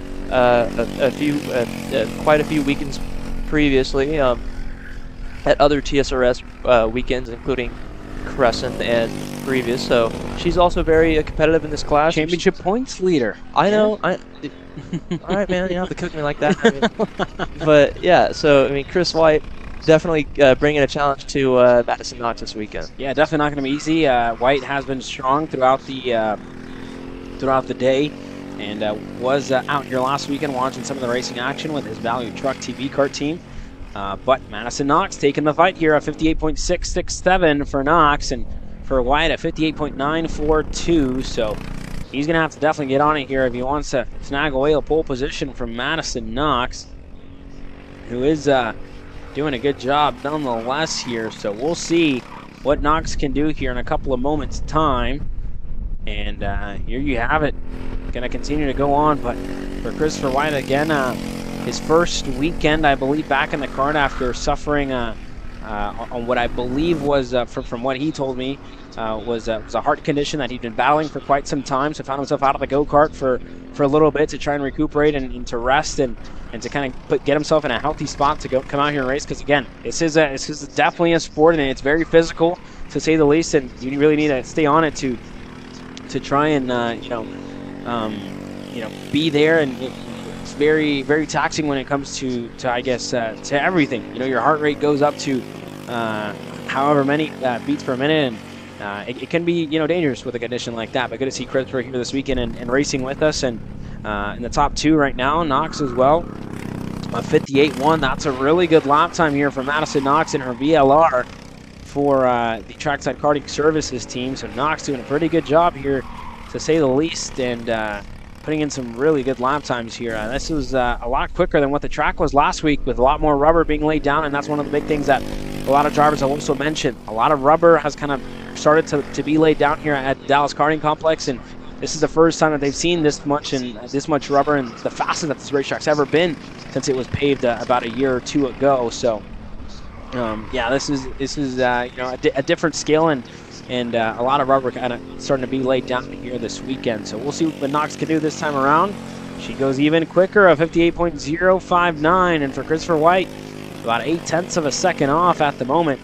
So some time to find for him, Rocco. Yeah, I seem to be eating my words, because I thought this session would be in the favor of Chris White after that warm-up session. But Madison Knox way faster right now than Chris White. It's about 0.8 of a second. So that is a huge margin on a one-lap basis. So if Chris White can't come around to improve on that lap, it will definitely be a huge gap during the race.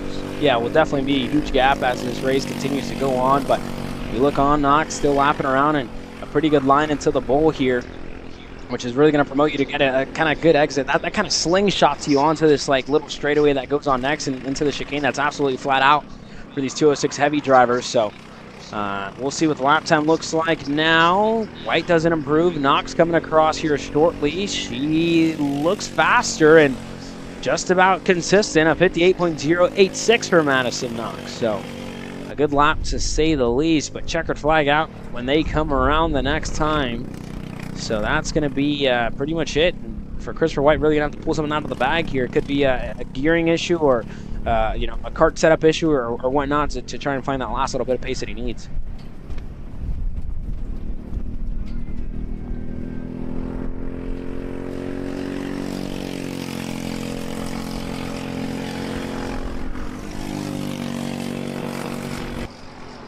Well, this time around, it's going to be White's final lap here, and we'll see what White can do. He looks a lot quicker than what he did the lap before.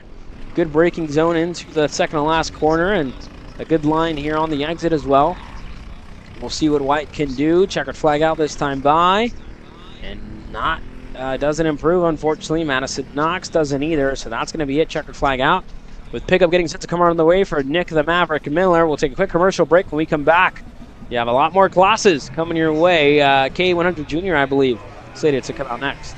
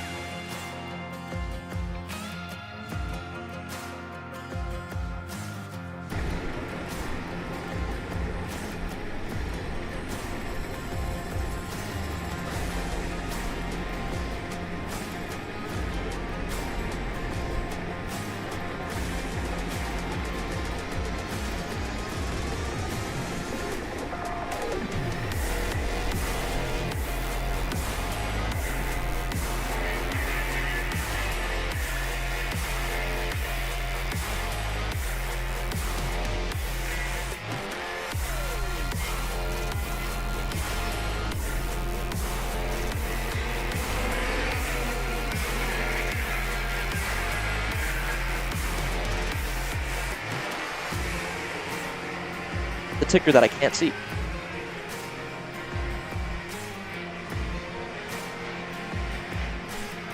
Well, we're back on the racetrack now, and your KA100 Juniors lapping around. Ibarra, they're looking to make a couple of moves.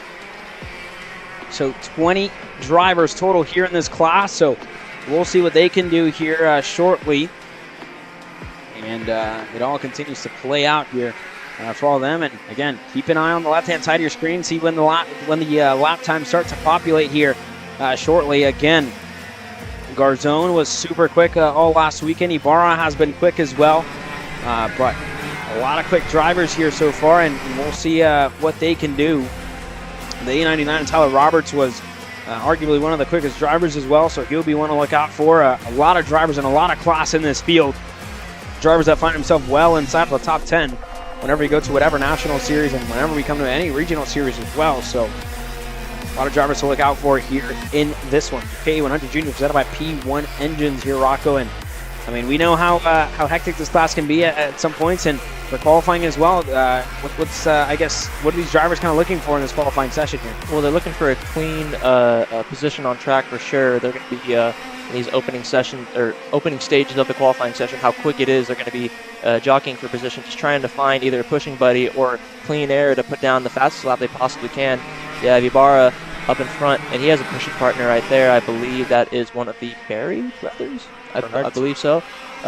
Following closely behind. So if they can work together and potentially even push each other, it would help them greatly to improve their lap time. As well as these drivers right behind them, you can see like packs of 2 and potentially even 3 right there. That driver can catch right up. And that's another key to this, to finding the perfect lap time, is teamwork, clean laps, and you don't want to get hindered at all on any of your laps. Yeah, with 1 lap down already, Sebastian Garzone, the quickest driver, 50.841 here for Garzone. Roberts is in second. Duran slides up to third. Paramo in fourth. Mason Berry rounds up your top 5. Kemper's in the 6th spot. Ibarra's in the 7th, and Golseth down in 8th here. So for all these drivers, they find themselves well inside of the top 10, and some shuffling already. Jackson Baldus up to 8th already, so a good shuffle there, but let's keep an eye on Sebastian Garzone, who's out there at the moment. Red speed suit, black helmet, coming in at turn number 1 now. So Garzone, again, an absolute flyer that time by, 50.827 for Garzone. And if you follow along here with Roberts, if I'm not mistaken, in the 899, I believe. And we'll see what Roberts can do this time around. Can he improve his lap time?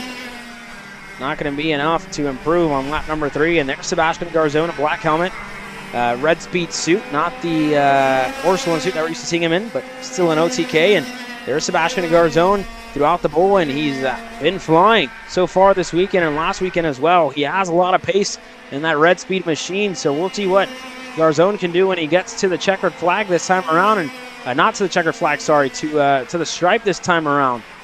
The 2 Arcade Motorsports drivers as well working together. Couple of shuffling. Kemper's up to 3rd. Golseth went up to the top 5, to 2nd, I should say. An absolute flyer by Nathan Golseth to get himself within a 10th of Sebastian Garzone, a 50.907 for Golseth, who's pushing along with Hamza Anbar here. So needs to either get around or continue to give himself some space to stay within a good drafting window here. So we'll see what Golseth can do when he crosses the stripe the next time around. But everybody's improving. Roberts went up to 2nd that time. Again, time is running out here. Just about 30 seconds to go in this qualifying session. Duran went up to 6th. Paramo fell back to 7th after not improving on his 3rd lap. Baldus still in that 8th spot for Barry at 9th. Ibarra all the way on the edge of the top 10 in 10th here. And there goes Golseth. This is going to be his last lap, and his teammate won't fight it too much. So Golseth really needs a really good lap this time around if he wants to take the pole position away from Sebastian Garzone, who doesn't improve. Had a burner that time around, a 52.767. So this is going to be it with just under 10 seconds to go in this qualifying session. Roberts, I believe, may be the first driver to get the checkered flag, and he will be indeed. Checkered flag is out this time by. A lot of drivers going to get it. Duran's going to get it this time around. Roberts doesn't improve. Duran, can he go quicker? He does. He's up to 4th. Ibarra up to 5th. A couple of shuffling. Some drivers moving further back in the field. Luke Cruz as well. He's up to 7th. So a good showing for the TB kart here so far. And there's Golseth getting caught up with Tyrone Kemper Jr., who's in 6th. So Golseth, I think, going to get held up here once again. 2 laps that kind of just got burned up there for Golseth, unfortunately. But he probably will be happy starting on that inside line when we get to the racing action later on today. But checkered flag is out now. Golseth, again, doesn't improve.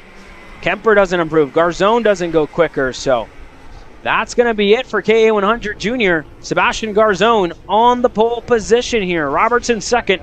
Nathan Golseth rounds up your top three. Yeah, your top three covered by just 1/10 of a second. In fourth place, you have Duran, Baldus in fifth, Ibarra sixth, Kemper Jr. seventh, Paramo in eighth place, Cruz ninth, Mason Berry in 10th, and you have Bonu in 11th, Cox 12th, Anbar 13th, Iturriaga 14th, Gus Wanderley in 15th. Then it'll be it'll be Hector Iturriaga in 14th, then Aldo in 16th, Carson Berry 17th, Donovan Currian in 18th, Ledwidge in 19th, and Thomas in 20th place. So that's going to be it here for that qualifying session, KA100 Junior. In a couple of moments' time, your 206 seniors get set to go onto the racetrack.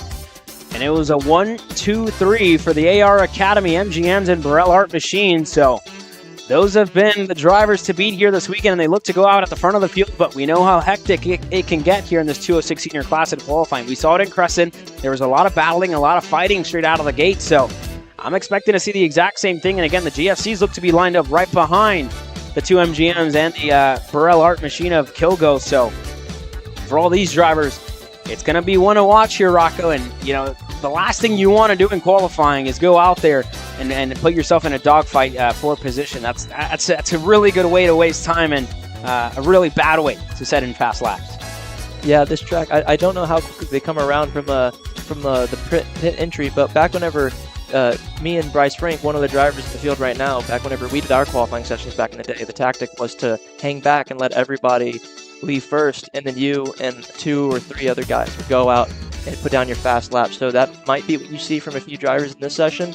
You're definitely going to see a few groups of 3 and 4, because there's some people that you definitely don't want to work with, some people you just prefer not to, people you don't trust. You know, like I say, always keep your homies close on the racetrack, and that's how you go fast. Yeah, no, for sure. And again, that can go both ways, right? You wait for the back, you have one less lap to kind of try to put in a fast lap, and you could also end up catching some traffic on your way through the field. So, I mean, it looks like they played the game here, and they're going to want to start in the front. So that's going to be ideal for them. But low strings, and we'll get going here in this qualifying session. Looked like Kilgo, a couple of pulls for him, and wasn't able to get started on the first go. And again, you've got to kind of pull the choke up and let it go back down and get some fuel into that carburetor to get her started up. So they're good now, but this is going to be the class to watch here, Rocco. And I mean, they provide us with some really good qualifying and racing action. So I'm excited to see how this one turns out here. Yeah, for sure. You know, I think our 206 field has been just getting more stacked as time goes on. You know, a lot of very fantastic drivers in this field. So we'll definitely see. I think if I had to bet on who's going to take the front row, I think it's going to be a repeat of that warm-up, and you're going to see Frank and Jing take it. Yeah, they had a lot of pace. I mean, you really can't deny it, right? They were about half a second or a couple of tenths of a second quicker than the 2 GFCs for trackside karting services. So that could be something to play. But again, you know, the hard work that Timmy Lowball and that entire trackside karting services team is doing week in and week out to kind of get those engines up to speed, to get themselves up to speed, to get those GFC karts up to speed as well. And with the likes of Austin Garrison behind them and pushing them along and kind of coaching them up, it's definitely going to be something, you know, you're definitely not going to count them out early on in this weekend. It's definitely, you're going to see them try and get there. They may not be there now, but, you know, by the time the main event rolls around, they'll definitely be there for sure.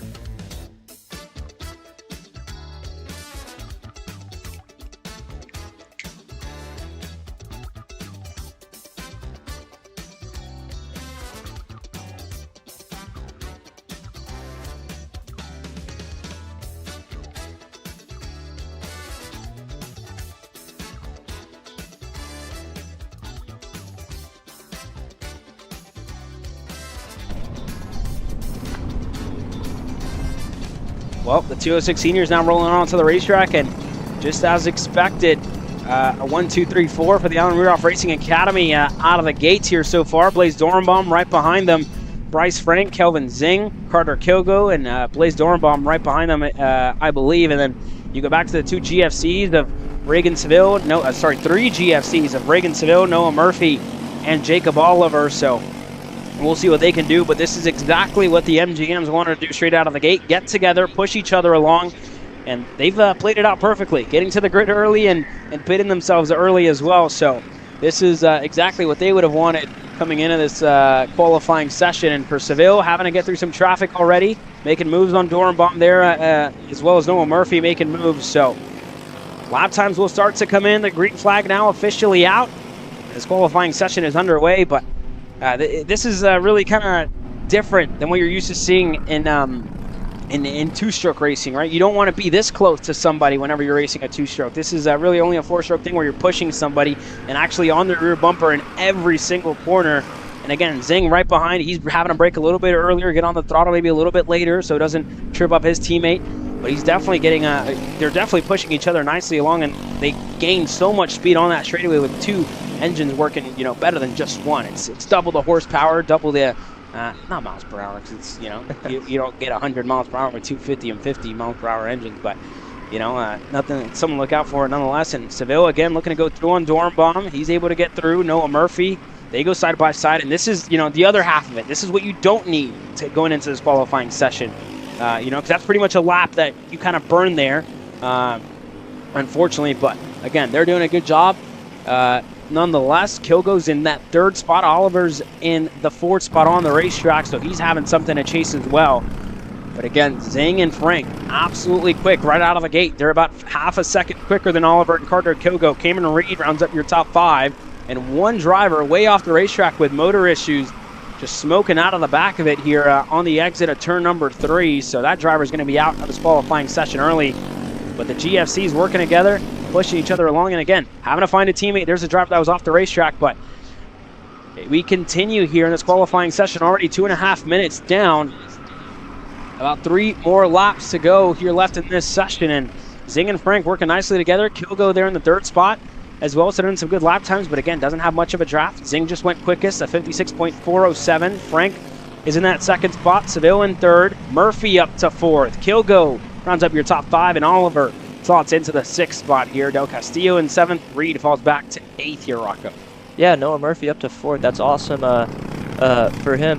He's a driver that we would see more in the 206 heavy class, so it's interesting to see him up in the senior class. I was going to say I was very interested to see how he would do, and he's working very good right now with Reagan Seville to put down some lap times. They're the two that are challenging your top 2 right now, Zing and Frank. They're still about 3/10 back from your 2 leaders, but the 2 leaders are definitely locked in with about identical lap times. Yeah, very, very identical lap times, about thousands of seconds away from each other here, and they continue to do a good job to push each other along. And you're going to think, when are they going to switch? Because there is a point where the guy in second could be going quicker than the driver who's leading that train. And again, when you have guys like Oliver who are getting within the same 10th and getting closer, a 56.6 for Jacob Oliver, a 56.691 for Reagan Seville. So it's 2 MGMs, 3 GFCs with Noah Murphy. And again, you talked about him. He was in 206 heavy last year and did a good job there, kind of got the racecraft that he needed, moved up to senior. And again, this year had a little bit of a hiatus, did the first round, I believe missed the second and third rounds, but when he came back here this weekend, I mean, a lot of pace here on what's been a return to the seat at the Texan Racing Series. So he's done a really good job this weekend to put himself well inside of the top 5, but only 30 seconds remain, and by the looks of it, I think Zing and Frank are going to get one more go around here, and I think a couple of other drivers not going to have the same luck as your top 2 at the moment. So we'll see about, I think Seville's going to get another one, so is Noah Murphy, but that time they can improve. 56.7s, which is still quicker than Oliver and Seville. So lap times, nobody's improving. Harrow improves. Cameron Reed's up to 3rd. The CRG goes up to the 3rd spot with a 56.6. Still, again, 2/10 off of the MGM Espionage machines out in the front.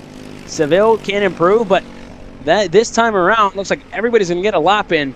But checkered flag will be out here, Rocco. Yeah, and as both Kelvin's, I think they backed off. Yeah, they both backed off. So that will be their last lap. So we'll see if anybody further behind them comes around and puts down a quicker lap time. But yeah, so Kelvin with the provisional pole right now. Yeah, Kelvin with provisional pole. Oliver still on a flyer.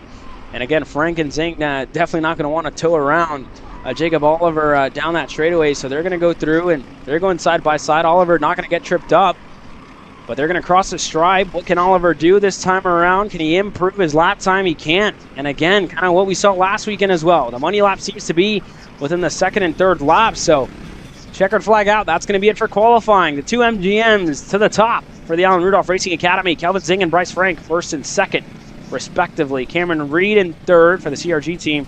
Jacob Oliver rounds up your second row in fourth. And Seville inside of your top five, as we have a spinner over there on the rental cart side of things. And Noah Murphy, I think career best qualifying for him in 206 Senior in sixth. Carter Kilgo seventh. Jensen Harrow eighth. Ian Columbus ninth. And Andy Bamroo rounds up your top 10 here. Ryan Long in 11th place with Alfred Alvarez del Castillo in 12th. Then Kraus in 13th. Braid in 14th.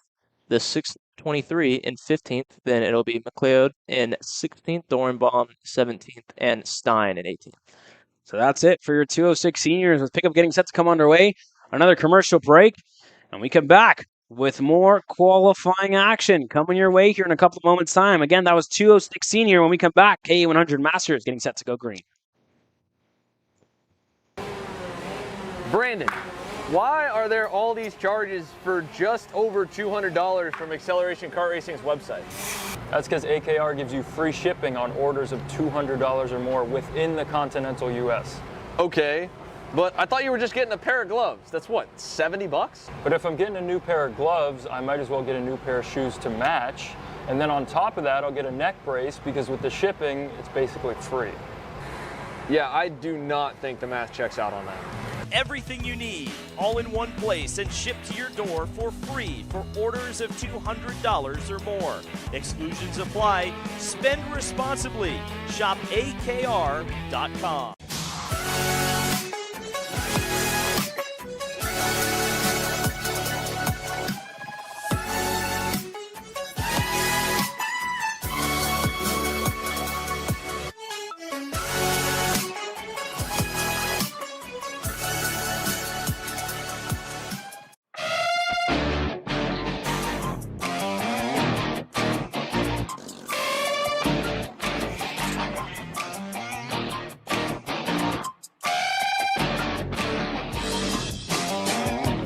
If you want to see a giant selection of beautiful new dining room tables, chairs, servers, come out to Gallery Furniture, see with the latest and greatest dining room furniture. Best of all, buy this dining room furniture today, solid wood. Gallery Furniture delivers free to Houston area home today.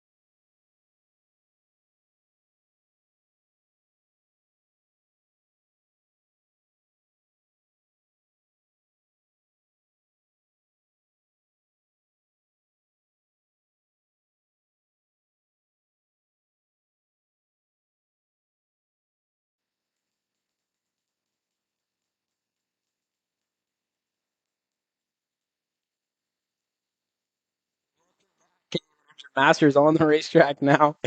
And 20 drivers total here this weekend, Rocco. It's a very stacked KA100 Masters class nonetheless. Qualifying well underway now. Green flag was out that first time around for all these drivers. Randy Rogers, Miguel Mir, Martin Stone, a lot of class in this field. So that's going to be something to watch here in this one. And they're going to start to work their way around. Brent Harper as well had a really good showing last weekend. But we'll wait for the lap time start to come through, and everybody kind of finding a dancing partner and a little bit of a gap on the racetrack, and that's perfect. You know, these are the veterans of our sport, and you know they don't want to be involved in a dogfight here in this qualifying session, so they gave each other enough room to kind of go around the racetrack and at a comfortable speed and with comfortable distance to their fellow competitors. Yeah, in the master classes, there seems to be a little bit less ego involved with what you see transpire down on the track. A lot of well manners for the most part. Even during the races, sometimes you'll see like funny hand gestures, them like banter with amongst drivers. But as you see now, Martin Stone goes quickest on his first lap with a 51.641, about a tenth quicker than Brent Harper in P2. So Martin Stone quick out the gates early here. Yeah, Martin Stone, really good lap in his Ricky Flynn DKC machine. Out at the front, a 51.641, and as we say that, Evan Kozak goes to the top, a 51.499 for Kozak, who's absolutely flying here early on, and Martin Stone as well. Harper's in the third spot, Walter in fourth, and Miguel Mir rounding up your top five at the moment. So we'll see if Mir's lap times can improve here and get himself further up the field. There goes Stone, a 51.2. Kyle Walter, a 51.3, and you go back to the 51.4 of Evan Kozak. What does Mir have in store this time around? Can't improve, only a 51.6 that time by for Miguel. And here you have Harper and Randy Rogers and Martin Stone kind of all pushing each other along here, Rocco. Yeah, pushing each other along, and if they manage to get any closer, I mean, it is KA100. It's a little bit different to 206. I mean, not little. It is different to 206 racing. So it'd be a little bit harder to work together just because of the speed difference with pushing together and staying very close on somebody's bumper. But they definitely could benefit from the working together and bump drafting down these short little straights that we have. So Stone, still the second driver in that group. He's going to have driver down the inside, going to file back through, and we'll see what happens this lap around. Yeah, we'll see how it plays out this time around for all these drivers. Everybody else working their way through. Pergonde went up to 6th last time around. Mir doesn't improve on lap number 3. And again, kind of similar to what we saw in that 206 senior class, those tires just seem to, not really have the speed after the first 2 laps. And that's one of the biggest things that I think was characteristic about this racetrack for me last week when I drove it. I mean, on laps number 1 and 2, that's kind of when your money lap comes up, right? That's when you really need to be on it. That's when you really need to set in a really good lap time, and then after that it kind of falls off because when you come here at a racetrack like this that's kind of new, it doesn't have the grip that other racetracks have. You kind of come out here with a very, very high tire pressure. I was hearing up to 20 psi for some of these drivers, up to 17 to the 18 mark. On new tires it could be down to the 15 mark, but again, it's very high, so they're going to come in really, really quick, so you're going to have to be on it from lap 1, on it from lap 2, and then after that it's kind of going to be a negative incline, down on pace. So you really need to be on it straight out of the gate. You don't have time to kind of dilly-dally or fight out there and get your tires outside of that window when they come in early on with the high tire pressures that's expected around a place like this. So that could be the case for a lot of these drivers. Nobody improving on lap 3. We'll see what lap 4 looks like. But some drivers, they did improve. Harper improved, Baldus improved, and so did Doug Stupé. So it'll be something to look out for here when Stone and others cross the line. So checkered flag is out this time by. Does anybody improve? Stone didn't the last time around on lap number 4. Does he improve this time around? Not going to do it. They go slower, about 0.3 of a second. Walter doesn't improve. Kozak can't improve. Harper doesn't improve. Miguel Mir, the last to cross the stripe here in a couple of moments. He doesn't improve either, about half a second slower. We wait for the rest of the field to cycle their way through, and I think that's going to be the case here. Pierce Baldus, he went quicker on lap number 4, and he's the only one that improves on his final lap. A 51.453 for Baldus, so that's a good lap. Rogers finds himself down in 9th, but a very, very close end to the qualifying session here for your KA100 Masters. And You know, the only driver that was able to improve inside of the top 5 on that last lap was Pierce Baldus, who has a lot of pace, very used to the road racing side of things. Took on the sprint racing series this year and has done a good job nonetheless to put himself in championship contention. So what a qualifying session. It was very close, and a lot of drivers trying to take the fight to Martin Stone in his backyard. You could say, racing here in Dallas Kart Complex, a track where he has a lot of laps. He's definitely the driver to beat so far in this class, Rocco.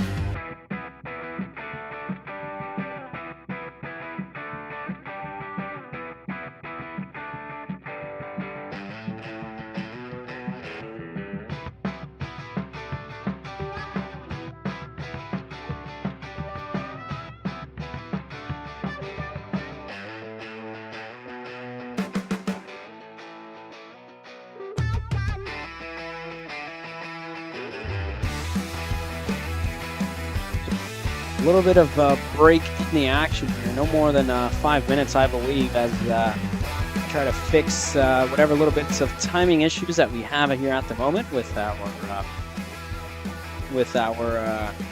I guess timing loop here on the main straightaway. So a little bit of touch-ups on the loop here, and we wait for the one and only Tom to, I guess, get us figured out. But for the racers, just a couple of moments before they go green in their qualifying session here, 206 Junior coming up here in a couple of moments' time. So that's the little bit of delay that we're experiencing here. No more than 5 minutes, if I'm not mistaken here. So we'll be right back in a couple of moments for the rest of our qualifying sessions before we head into the lunch break. So again, you're watching Kart Chaser's live coverage of the MidSummer Mashup. We'll be right back. So you finally want to get behind the wheel, huh? Yeah, I've been shooting for 3 years and I've never got to drive.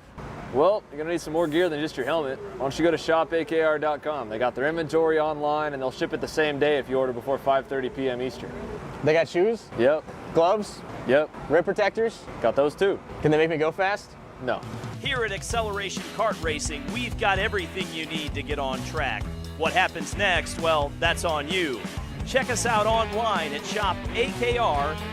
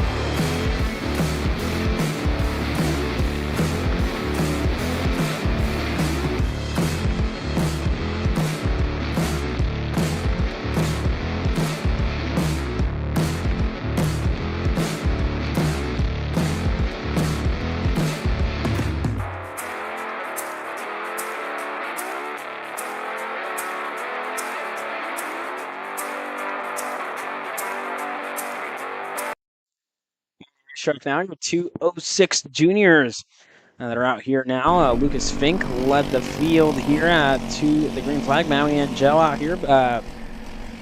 Brady Green, I believe, as well. And a lot more. Shelby Ramirez on her last couple of races in junior racing action here at the Section Racing Series. looks to kind of put herself further up in the championship. And again, we talk about these two kids very often when we come to the Texas Sprint Racing Series action, Rocco. Robert Arena and Chris Tracy working together here, pushing each other along. And a new variable for everybody here this weekend has been Nate Golseth, who's leading this pack around. He's about to cross the stripe now, and Golseth, if he can keep up the pace that he had on the morning warm-up session, he will definitely be one of the favorites going in to all three of the heat races later on today, Rocco. Yeah, Nathan very quick by himself as well, so we'll see if, I mean, you said Chris Tracy and Robert Arena on track together, so they'll definitely be working together. I see Shelby Ramirez was right behind Nathan Golseth. If she can get close to the back of Nathan Golseth, maybe she could benefit off that draft and hopefully work together with Nathan Golseth. As you there on your screen, there's Nathan going through the final sector of the racetrack right before we get to this little bowl section. Really cool little section of the track. It has very high banking there, so you can really send it deep into that corner. So yeah, Nathan will be coming around the last two corners here very shortly, and we'll see what his lap time will be. So far, you have Thomas Smith on the pole. I mean, the driver's still coming around with a 58.7, and as Nathan goes by, he puts down a 57.689. Yeah, so Golseth already with pretty good laps. There's one driver way off the racetrack there. Lucas Fink was off the racetrack. One of the CRGs there went side by side with him for a second, and that's not how you kind of want to start your session here early on. So, and a couple of drivers there getting side by side and fighting it out there, but nonetheless, Golseth 57.689 for Arena 58.1. So that's about half a second back from Golseth's Arcade Motorsports machine. So we'll see what the rest of the field can do. The 309 of Brandon Green getting set to cross the line now. Can he improve? He doesn't. Weston Criddle improves a 59 flat. Maui Angel as well, a 58.966. And Golseth now crossing the stripe this time around on lap number 2. Doesn't improve either, a 57.757, so about a tenth slower than his previous lap. And as we say that, Robert Arena and Chris Tracy both go up, and they're about 2 tenths now behind Nathan Golseth with a 57.8. Yeah, they're both in the 57.8s. Golseth in the 57.7. So they caught up a little bit working together now. Nathan's still very quick on his own, as you can see now. 2 drivers working together to get around that 54 car right there of Criddle, I believe that is. So these drivers all working together in a pack. They're about 6th place and back, so we'll see if they can leapfrog each other for position, potentially anybody else up in the top 5. But as of right now, it is still Golseth on the pole. Yeah, Golseth on the provisional pole. Everybody else crosses the stripe. Brandon Green, a good lap for him, up to 7th. Thomas Smith as well up to 4th. Maui Angel for the AR Academy up to the top 5. And Arena and Tracy get set to cross now, and they don't improve. Golseth does, though, a 57.649 his last time around. So Golseth on an absolute flyer the last time, and you know that's on his own. You know, he's all by himself and doing these lap times by himself. The likes of Tracy and Arena are working together and pushing each other at the moment. So for Golseth to kind of set these laps on his own is you know, absolutely insane. He's a lot quicker than, I guess, everybody outside of the top 3, but he's on the same 10th as Arena and Tracy, and they're still struggling to kind of keep up with Golseth at this point here, Rocco. Yeah, I mean, it's not to be expected because we have drivers in our series that are also, you know, very, you know, good. It's just that Nathan Golseth, you know, coming off of a lot of 2-stroke racing, I feel like when you come off of a 2-stroke race and come into a 206, everything slows down and it's a little bit easier to sometimes be able to wheel these 4-stroke classes. So Nathan Golseth, very fast on his own, and as you said, Tracy and Arena very, very close, but they are working together. And it's not going to be enough for those 2 drivers. Checkered flag was out for those 2 of Tracy and Arena when they crossed the stripe, so they're not going to be able to put in another lap to try and fight Golseth for the pole position. The last couple are going to be Angel, Thomas Smith. Ramirez, I think she got the checkered as well, so she's not going to be able to improve. So if Angel and others can't improve their lap times this time by, it looks set to be Nathan Golseth with the pole position here in 206 Junior. And we wait for these drivers across the stripe this time around. They improve, but not even going to put a dent in Golsad's gap, and he does it in 206 Junior on the pole here in this class presented by Seville Electric. Golsad wins the second of the 2 junior poles, and good showing for him. I believe finished third at the end of the KA Junior, so 2 top 3s for him.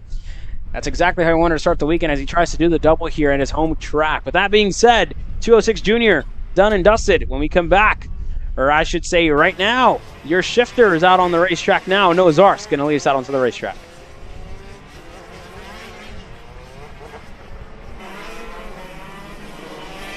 Yeah, Noah Zarsk out there up in the front. He's going to take a lot of thought into this first opening lap to warm those tires up. I mean, these drivers have been doing this for so long. They definitely know what to do. Your top 3 from the last warm-up session was, I'm pretty sure it was Zarsk, then Musser and Cressard there. Yeah.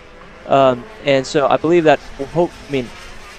I'm expecting that to be our top 3 again, because those 3 seem to be, just super rapid every time they get onto the session. So still on our screen now, Zarsk just put down, or just crossed the line for the first time deep into turn 3 there. You could see the kart kind of wiggle as he got into that braking zone.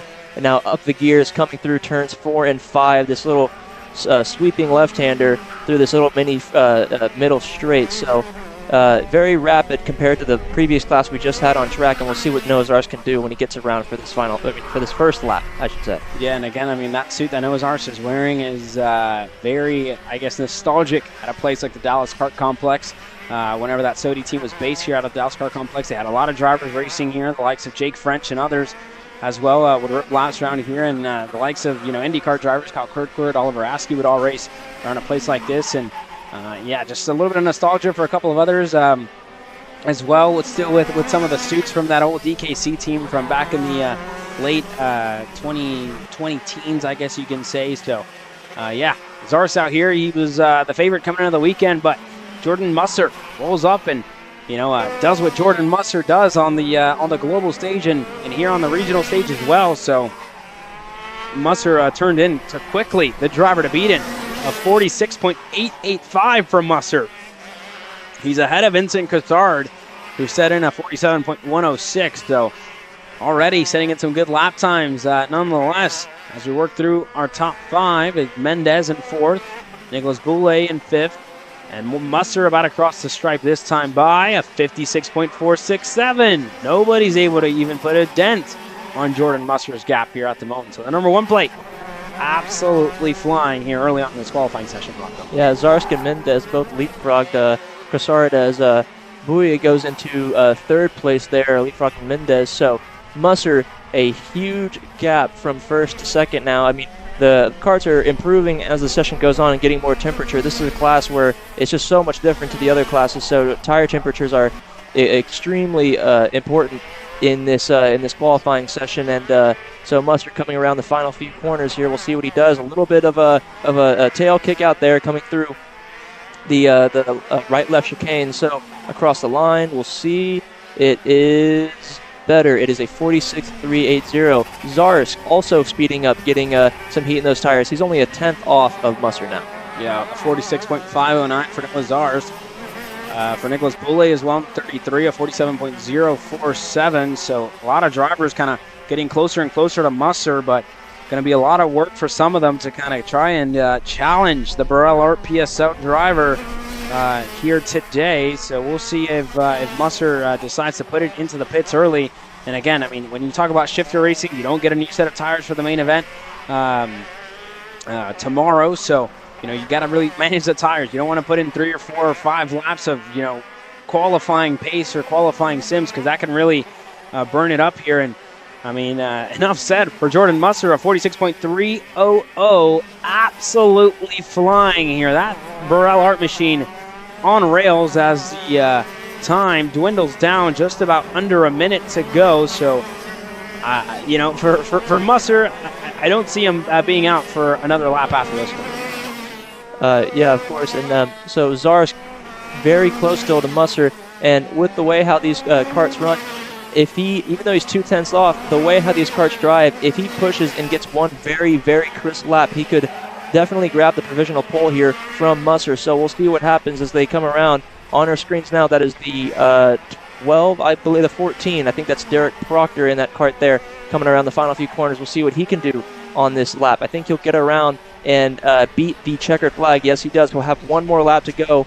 Does not improve on his lap time, I don't believe, and he pulls into the pits. There he goes early. Yeah, so a couple of drivers pulling in early here. Musser improved on his 5th lap as well, 46.281. It was almost a 10th quicker here, a 10th quicker there. Kind of improved by a 10th every time that he went through the stripe, and that's super surprising from a driver like Jordan Musser. And, you know, I should say not surprising from a driver like Jordan Musser, who we know what he can do out here. And for Vincent Cassard as well, 46.686. So gonna have to go back to the drawing board to really take the challenge and take the fight up to a guy like Musser, who burned his final lap here and not gonna improve. So into the pits early, checkered flag out this time by. That's gonna be it for your shifter drivers. Musser on the pole position here. That was our second. Vincent Cassard rounds up your top 3.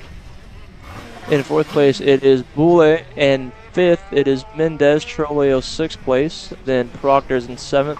Mossy is in 8th. Clenard 9th. Reed 10th. And Alvarez del Castillo in 11th place.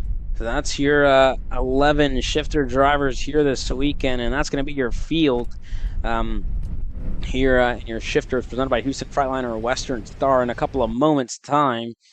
We get set to go with, I believe, our 206 cadets that are on the docket here next in a couple of moments' time. So you finally want to get behind the wheel, huh? Yeah, I've been shooting for 3 years and I've never got to drive. Well, you're going to need some more gear than just your helmet. Why don't you go to shopakr.com. They got their inventory online and they'll ship it the same day if you order before 5:30 p.m. Eastern. They got shoes? Yep. Gloves? Yep. Rib protectors? Got those too. Can they make me go fast? No. Here at Acceleration Kart Racing, we've got everything you need to get on track. What happens next? Well, that's on you. Check us out online at shopakr.com.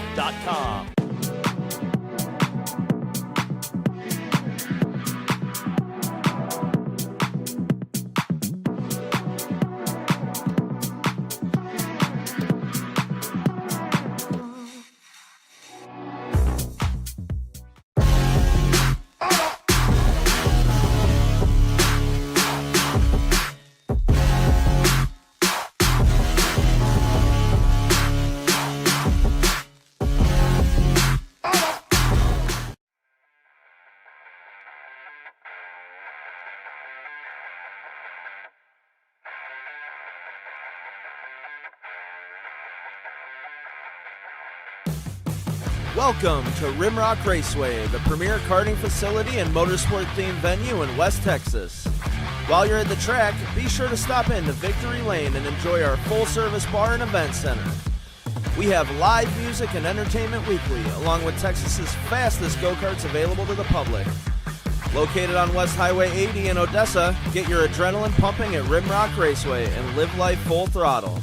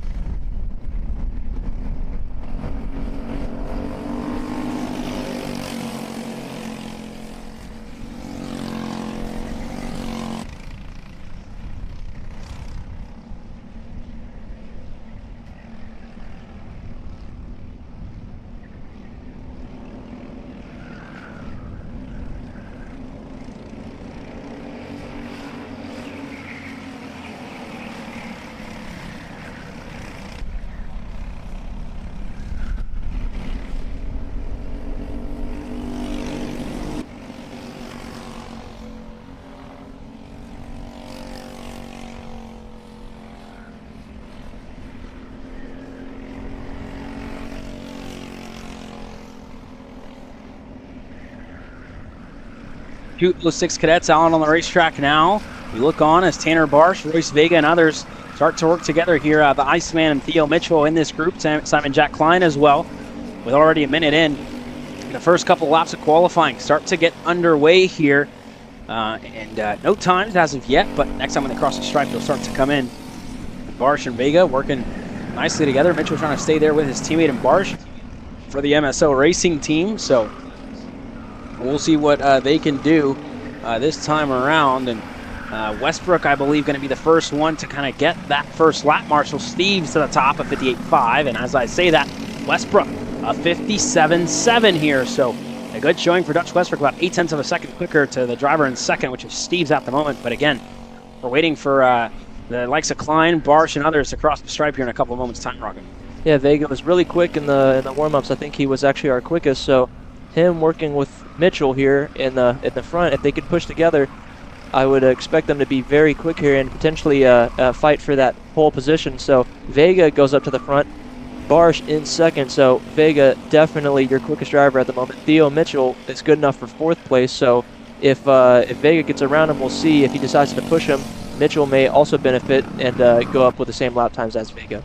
Yeah, so Mitchell had a good lap. He's up to 4th. Morowek's up to 3rd. So very similar to what we saw in the morning warm-up session. Vega the quickest, 56.7 at the moment, and for Barsh a 56.8. Again, Vega second in line here at the moment in the Benek machine. And the CRG of Barsh ahead of his group. So those two drivers working together, pushing each other along. And again, we saw it with Kelvin Zing and Bryce Frank. The driver in second usually kind of is the beneficiary of a group like this, being in second, learning and being able to get the draft, get the tow, or whatever it may be in a low-speed category that's so momentum-based as well. So for Vega this time around, I'm expecting another quick lap time, and indeed a 56.458, but Barsh isn't too far off, a 56.462 for Tanner Barsh. So a 100th of a second, sorry, 4,000ths of a second separates those drivers, and you see there on the left-hand side of your screen the gaps. It's about a 10th back to Morowek and about 9/10ths back to Dutch Westbrook. So some time to find for Westbrook, and the difference in between these two drivers and the difference in between Westbrook, who's also super quick, is that he's kind of lapping around on his own, and the same thing goes for Tyler Morowek, who's about to cross the stripe here shortly. They're kind of on their own, and they don't have the same draft that these two drivers on our screen do. And in 206, I mean, we saw it in the senior class, and we're seeing it here again. It's important to go out there with somebody that you trust. Yeah, and I think I'm still waking up because I thought that Tanner Barsh was Theo Mitchell for about a lap and a half there. I don't know what I was thinking. So yeah, that is Vega and Barsh up in the front. So working together perfectly right now. Identical lap times, and the closest driver is in third with 0.2 second gap. So these two doing exactly what they need to do, and closing in on the final stages of this session. We got about 40 seconds left to go. I don't know if they'll get the another lap, but they'll probably get the checkered this time by, so we'll see what they can do on potentially their final lap. Yeah, it'll be really, really close for all these drivers when they get down to it. So what do we still look out for here in between Vega and Barsh? As we look at Simon Jack Klein working with Theo Mitchell. Klein finds himself in the 7th spot. Mitchell finds himself in the 5th spot. So that's what it looks like for them. And for Morowek, he finds himself in 3rd. Doing a good job, nonetheless, alone. So he's putting in some good lap times on his own, but the time is going to run out here. Checkered flag will be out this time around for Vega, Barsh, Morowek, and everybody else in this field. Westbrook wasn't able to improve in his 4th lap. Can Vega and Barsh go even quicker this time around? They don't.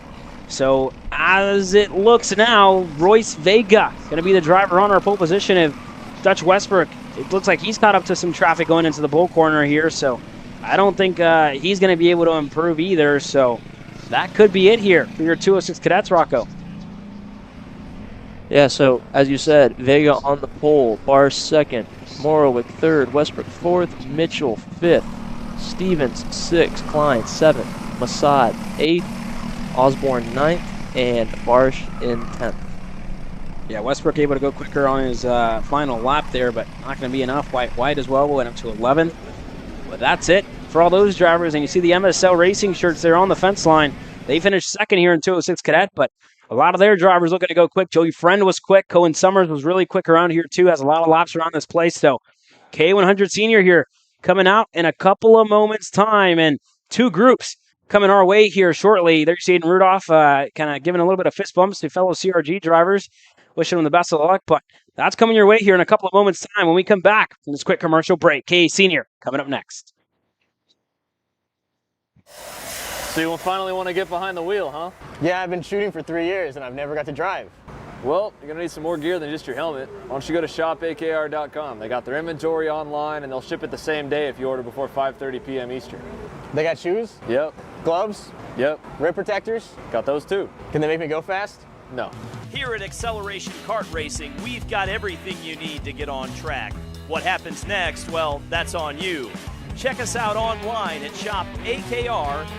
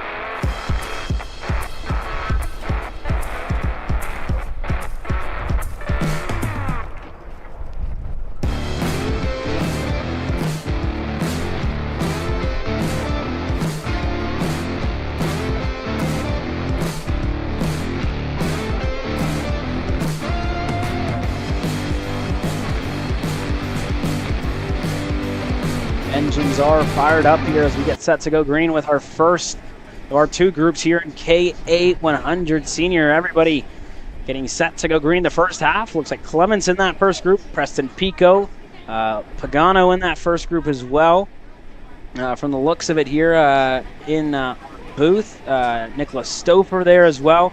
One of the Arcane machines in this group as well, and a couple of the MSL drivers out there, I believe Friend and others. And, I'm seeing a GFC in there, so that could either be Buddy Vasquez Jr. or Landon Skinner. So could be something to look out for here, Rocco. And again, this is an action-packed class. We always have some predictions, but if you were to make one into this weekend, who's a driver that's impressed you so far this weekend in this KA100 Senior class? Nick Stouffer. Nick Stouffer always impresses me. All right. Every weekend. All right. Well, there you heard it from Rocco Ruzic. Nick Stouffer is going to be his pick. For me, a guy like Vasquez Jr. has been really impressive so far this weekend. So, Buddy, I think for me, he's going to be really, really quick here so far, and as well as Joey Friend, who had a really good showing in that warm-up session early on. So, the first half of our KA100 Seniors are out onto the racetrack now. The two MSL is going to lead us away. Behind them, an Arcade Motorsports machine of what looks to be Justin Music.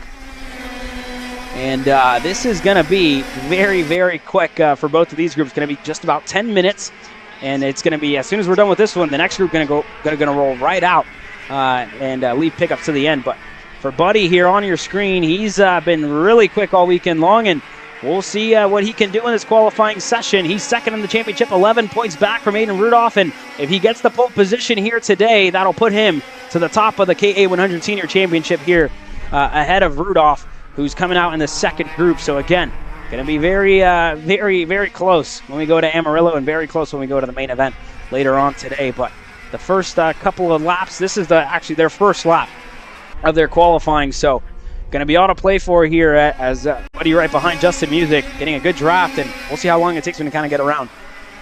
Why are you calling him Buddy? That's his nickname. Buddy's what? That's his nickname. Buddy Vasquez Jr. is what the nickname they got him over in California. He was a California kid for a while, but from intel and from some sources yesterday when I walked the paddock, it's Buddy, apparently. That's a nickname there for Vasquez Jr., but back onto the racetrack, first couple of laps coming in. Cohen Summers to the top, a 50.540. Vasquez Jr. to second. Peyton Phillips to the top, a 50.331. And everybody else cycling their way through. And again, those two MSL drivers working quite nicely together, pushing each other along here. Lamping his return to the seat here on a ride with TB Kart this weekend, finds himself in a good spot, and as well for Clemens right behind him. He finds himself further back in the field as well. Not a lap completed yet, if I'm not mistaken. So everybody working their way through. 50.331, the lap to beat here. And that was set by Peyton Phillips on his first lap. So we'll see for the rest of these drivers what their first laps look like. Louis Pagano there as well in that DKC livery. I believe that is Pagano, so he's around. Buddy goes up to second. Music's up to sixth. The rest of the drivers crossing the stripe now. A little bit of shuffling. Roussel's up to fourth. Lamping goes up to third. And Pagano up to second. Luke Lang goes up to fourth. And again for Pagano, Supernet's winner in X30 Pro back in 2016. And again, I heard from him yesterday, 29 years old. This is really what he feels like could be his last race in senior racing action. He's going to turn 30 by the time we get to Supernats at the end of the year. So he thinks if he still has the pace here this weekend, he can maybe give one more go at it in senior racing action. Luke Lang's right behind him. The two DKC drivers here this weekend for Mike Jones and Sean Owens and Jesse Dunham. They're representing their camp here. But again, are already 3.5 minutes into this session. And we'll see what the lap times look like. Buddy's up to second again at 50.212. Phillips a 50.137. Everybody's flying here early on. Luke Lang goes up to fourth. Lamping the fifth. Roussel stays in sixth. Everybody else further back in this field sitting in some good lap times. 15 drivers out on the racetrack here at the moment. Yeah, all the way down to 14th places within a second of each other. It's quite crazy. If you look on screen right now, that is Xander Clements followed behind him. That's Peyton Phillips, Stouffer, Pico. Pico is about 8th place, is about what he was running yesterday in the warm-up sessions. He told me that he was running about 8th place pace up around all day. So he's doing about the same as he was doing yesterday. Him and Phillips were trying to get around Xander earlier as they were getting closer to that. Pagano now goes down the inside of Pico, and they're caught behind Stouffer right now. Pagano tries to send it down the inside of Stouffer, but not close enough, and pointing forward at Pico there to work forward and try to get around these other drivers. So everybody's shuffling positions right now and still trying to get their clean laps. Yeah, and here we're about to run out of time here. 4.5 minutes down, so just about 30 seconds to go in this qualifying session. Everybody trying to get the last little ounce of pace that they can on this qualifying run. Vasquez was able to get ahead of Cohen Summers the last time around, so he's going to chase down Joey Friend, who sits in the 5th spot here. Phillips still the fastest on the racetrack. We'll see if Vasquez can pull something out of the bag with just 5 seconds to go in this qualifying session. So checkered flag will be out this time by for everybody. Friend's going to take it first. Can he improve? Friend doesn't go better. Vasquez doesn't go better. Everybody else side by side. Phillips, Clements, and others. Lamping. Nobody improves. Phillips doesn't improve. Nobody able to improve on that final lap. Everybody going to get the checkered, so no pickups. And we wait for our second group to go out again. The lap to beat, you see it there on the left-hand side of your screen by Peyton Phillips. A 50.137. So for everybody else, that grid is going to release now with the likes of Adrian Cruz, Carter Knight, Beckett Friesen, Frank, Kurt Goodson, Faulkner, French, who was really quick last weekend, Aiden Rudolph, Dallas Dunlap, and more getting set to go out onto the racetrack here now. So for all these drivers, we'll see if anybody can improve. And again, Javier Herrera here this weekend. He was really quick at the United States Pro Kart Series, qualified up there inside of the top 5. So that's going to be something to look out for here as he's going to lead Kurt Goodson and others away for the second half of our qualifying session. There's Aiden Rudolph right behind Dallas Dunlap. So we'll see what Rudolph can do here for the second half of this qualifying session before we go into the lunch break. Yeah, on your screen there's so Aiden and Dunlap, two drivers very close together. Dunlap, if he could stick behind Rudolph, hopefully they could work together further back with Bryce Frank and all them. You see him usually in the 206 class, so we'll see what he can do in this KA100 qualifying. Aiden Rudolph goes down the inside of Kurt Goodson to the perfect timing to get a clean lap coming into his first time lap of this session. So we'll see what he can do in this qualifying session. Yeah, and again, he's right behind his teammates, so it's going to be critical for Rudolph not to try and catch Herrera too soon. And again, he's all over that rear bumper now, so it's going to be really close for them to kind of, find, especially for Rudolph, to find himself within a good spot to decide when to make the move on Herrera, not wanting to ruin his lap, and not hold each other up as well. So that's going to be critical for those two drivers, and to put in some good lap times here again. For Phillips, the fastest lap came on the second lap. So this is the first lap for a lot of these drivers. They still haven't set in a lap time. It's going to be the first one. When they come around again, that's going to be the second lap. That was the money lap for Phillips, and for a lot of other drivers as well. It was lap 2 and 3, so that's where you're expecting to go fast here. And for French as well, as there's more battling there further back in the field, that looks to be Friesen, if I'm not mistaken, Frank and French there, and Faulkner as well, as Frank drops a tire there as they go side by side for a second. But lap time starting to come in. Nobody really making a dent and getting themselves inside of the top 5, but at the moment, Howell was able to set in a good one. Cruz as well. French set in a flyer on the first one, a 50.213 already inside of the top 5. So for the factory kart man here, and Jake French on what's a return to home and a return to regional racing action here this weekend, he finds himself in a good shot to get a pole position here this weekend. Yeah, the exact same lap time as Pagano. So he is the fastest in this group here now, coming down to the back of Beckett Friesen. We'll see what he does in these final few corners down to the inside. So might hinder his lap just a little bit. We'll see what it looks like when he comes around, if he will leapfrog Pagano. Wow. Aiden Rudolph to the pole. Aiden Rudolph, a 50.111. And as we say that, Jake French goes to the top, a 50.091, 200ths of a second. Separates the ex-PSL karting teammates here in French and Aiden Rudolph. So those two drivers absolutely flying on lap number 2 for both of them. And again, lap number 3 could be even quicker. We saw Vasquez have his fastest lap on the 3rd lap. So still a lot left on the table for a lot of these drivers. And we'll see what they can do this time around. And for Jake French, he is absolutely flying here. And he's closing down at the back of Kurt Goodson and others. So we'll see if Rudolph can improve this time around. This will be lap number 3. About just at the end of the money laps, can Rudolph go even quicker than French? He doesn't, a 50.181. French goes even quicker, a 50.075 for Jake French. That factory kart is on rails, and you see his hands, how very, minimal movements on that steering wheel. You see him kind of start to burn his laps. I think that's going to be good enough for Jake French here if Rudolph can't pull something out of the bag here, Rocco. Yeah, Jake French is starting to slow down now, but Aiden Rudolph is still pushing, and he's very, very close to that pole position.